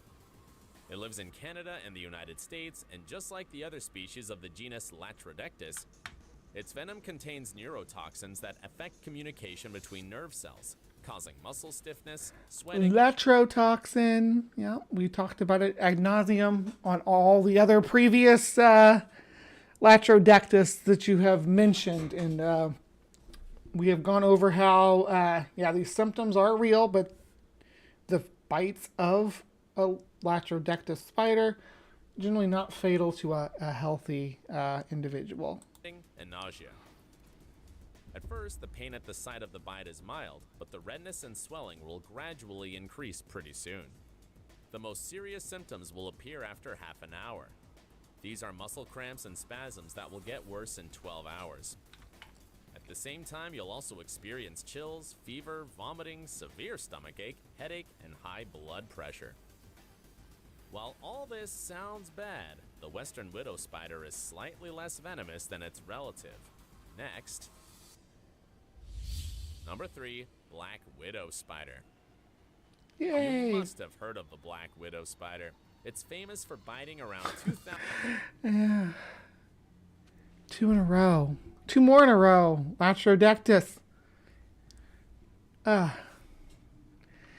Hello, black widow spider. You are the queen of this list for sure. They really think you're scary. I think you're beautiful. 1,000 people a year, and making some of them breathe their last breath. In fact, its venom can be 15 times stronger than that of the rattlesnake.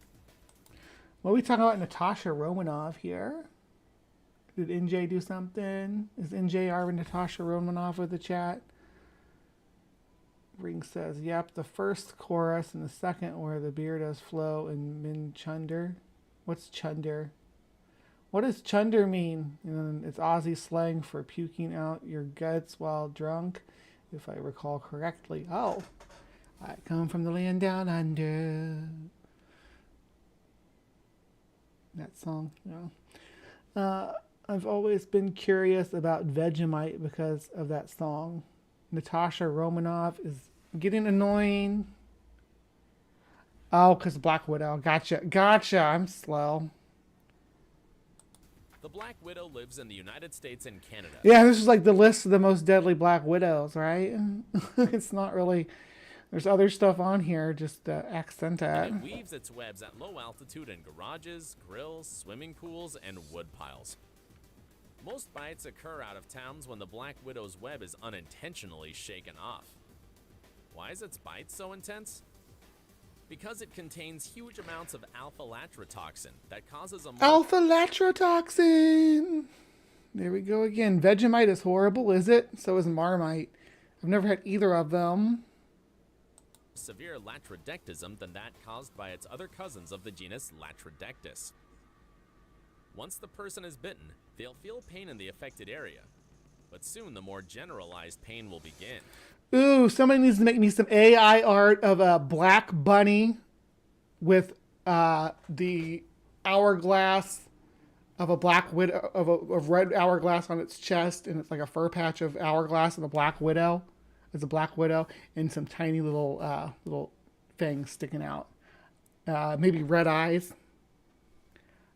I want it. Make it for me, and I want please, somebody who's good with AI. And the muscles contract, and cramps will increase over time. At the same time, it's common that you feel nausea, vomiting, and dizziness. followed by priapism, respiratory... Beta toxin? I bet there is a beta latrotoxin. I don't know. Maybe omega latrotoxin. obstruction, tightening of the abdomen, hypertension, and arrhythmia. Some people may not die, but they may become paraplegic. Number 2. Well, that's probably going to be due to an infection if it does happen. Brazilian wandering spider. The Brazilian wandering spider is one of the most dangerous spiders in the world. It lives in South America, especially in banana plantations.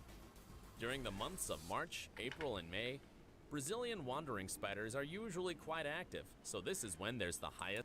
These guys are pretty wicked with their bites, but again, they're also, not gonna lie, pretty freaking rare. There are a lot of spiders that have overblown characterizations of their toxicity, and I think that the Brazilian wandering spider is probably one of them. Yeah, but this is the boner spider. Famous boner spider, the Brazilian wandering spider. This is also the one that's famous for getting into the bags with the bananas. Someone will bring a bundle of bananas home and one of these spiders will crawl out. I never get any bonus toys inside my bananas, unfortunately. Number of bites. The main victims are farmers, but it has also been seen in the United States and Europe coming out of boxes of imported bananas from South America. Oh, yeah, here we go. It measures between 1 and 2 inches, and its bite is extremely painful. Its venom contains 6 neurotoxins that block the uptake of chemicals in the synapses or neuronal connections. This causes loss of muscle control and breathing problems, resulting in paralysis and suffocation. Plus, there are other effects such as priapism, tachycardia, arrhythmia, blood flow disorders, pulmonary edema, that is, fluid accumulation in the lungs, and seizures. So, I just want to reiterate, when it comes to the Brazilian wandering spider, this is statistics, only 2.3% of cases require any kind of medical intervention out of 4,000 bites that were reported. Only 2.3% needed any kind of medical intervention at all. That includes prescribed pain medication, anti-venom, that kind of stuff. Only 2.3%. The rest were people were sent home and told to take over-the-counter pain medication. 2.3% out of 4,000. Only in all those cases, all of them, 0.5% of those 2.3% were severe. In 150 years of banana plantations galore, 15 deaths have been attributed to the Brazilian wandering spider. 150 years. 15 deaths total. I just don't think that the reputation that the Brazilian wandering spider has as a natural threat holds water. I don't disagree that when it does, you do get bitten by it. Yeah, definitely take precautions. And I don't say, oh, go handle the spider. And they are aggressive. We've all seen the pictures of them doing their threat pose. I don't know why right now, I can see I got this frozen, right? While we're talking about Brazilian wandering spiders, it's got a white knee tarantula on the screen. I think that's a white knee. It looks like a white knee. Let's see.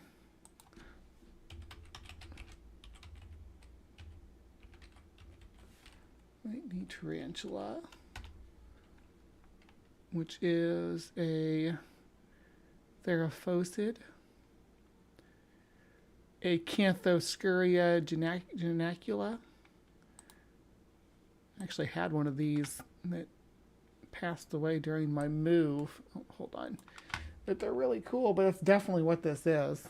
I'll show you. It's definitely what we're looking at. This is the white knee.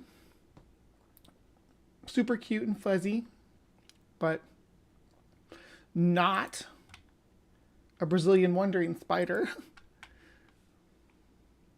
Worse, you may die. You have to be careful when eating bananas because it... Now, white knees are from Brazil, I will say that. And they also live in similar habitats, but they are not the same species. And white knees, they can bite you. They're aggressive as far as New World tarantulas go, but not their venom is not particularly deadly or anything. Most tarantula bites happen in captivity in private collections and stuff. Could be your last supper. In the first place, we have the most dangerous, harmful, and toxic spider. We're talking about... It showed the other long legs from the monster, from the Monsterverse or the legendary Godzilla universe. We're from King Kong's island, Skull Island, the giant spider thing. But those were more like harvestmen than spiders, though, weren't they? This is definitely not a Sydney funnel web, though, which we know is going to be number one. Yeah. Number 1, Sydney funnel web spider. This spider holds the Guinness World Record for being the most venomous in the world. The Sydney funnel web spider is also ugly, hairy. It is not ugly. It's gorgeous. Look at those gorgeous fangs. Look how they're like eagle talons. Fantastic. I'd love to have like a necklace with some front like this, except for instead of like a little moth on there, to have like some glazed Sydney funnel web fangs. So cool. And a troublemaker. When it perceives a threat, it stands up on its hind legs and shows its black fangs that are capable of piercing. Now this is common for all my gallimorphic spiders. Again, just to reiterate, like I always do when I mention this, my gallimorphic spiders, fangs go down when they bite. They're an ancient order from dating back to the Jurassic.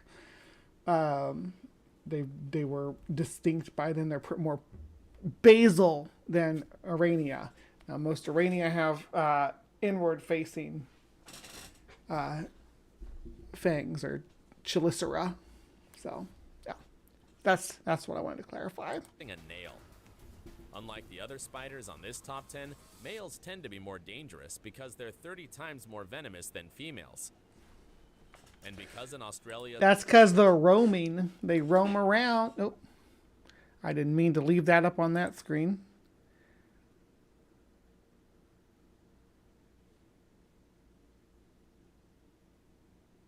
Bye, Dee.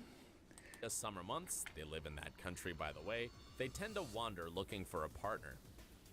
There it runs into humans. In garages, corners of houses... Why did it show a widow spider again? Yes, they already distinguished that it's a widow spiders on this list, and we know what they look like. So why is it trying to tell us? Why couldn't it get pictures of Sydney funnel webs? So weird. I just want to say, like having corners of houses and swimming pools. Yes, swimming pools, because it loves to swim. Let's talk about the venom. Once you're bitten, you'll start feeling the effects of the venom in 2 minutes. Now this is the one spider on this list, the one species of spider that I would consider a intimate threat to to causing human fatality. This is the only one that I would say ambulance instead of drive yourself to the hospital, right? The rest of these spiders are, I think someone could take you to the ER if you get bit by them. But Sydney funnel web, out of all of these, call an ambulance immediately. The venom is potent, especially towards primates. So yeah, I'm not going to downplay the danger of this particular species of spider. I'm just saying that the rest of these spiders on the list it's probably not going to be fatal. Don't panic, because that's going to increase your heart rate and pump the venom through your system faster. Just calmly go to the ER. If you can catch the spider that bit you, catch it and bring it with you. You kill it, obviously, you can kill it, but bring it with you to the hospital. Anyway. These are initially nausea, vomiting, sweating, excessive salivation, and difficulty breathing. When things get serious, hypertension, increased acidity in the blood plasma, involuntary muscle contractions, pulmonary edema, and coma usually come up.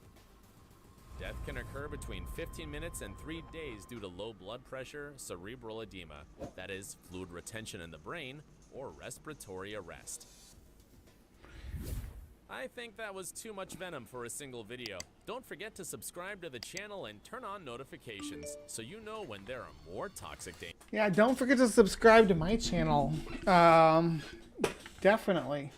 So yeah, like I said, this is going to be our last one with a format. No guest host with this format, and no guest host. But we'll continue to do this type of content. We're gonna definitely keep it rolling with the sci-fail videos, with review of places like Trendmax and Brightside and our feathered friend. All these silly little YouTube content mills that don't vet their subject matter at any level at all.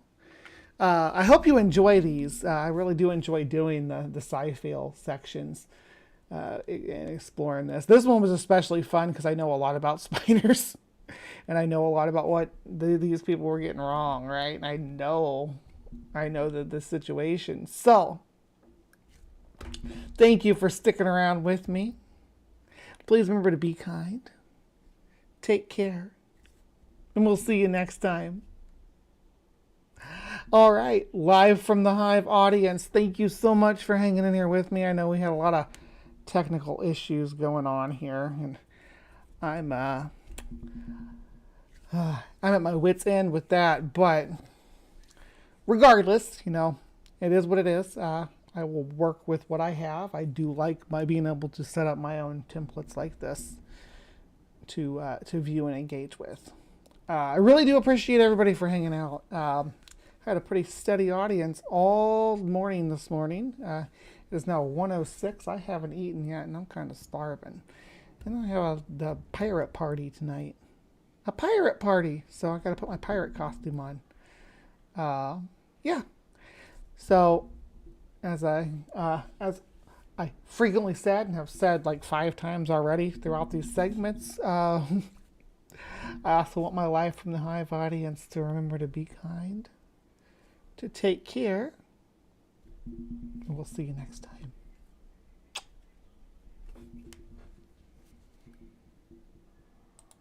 Hey, Matt Powell, remember us? Robert and me, remember the studio?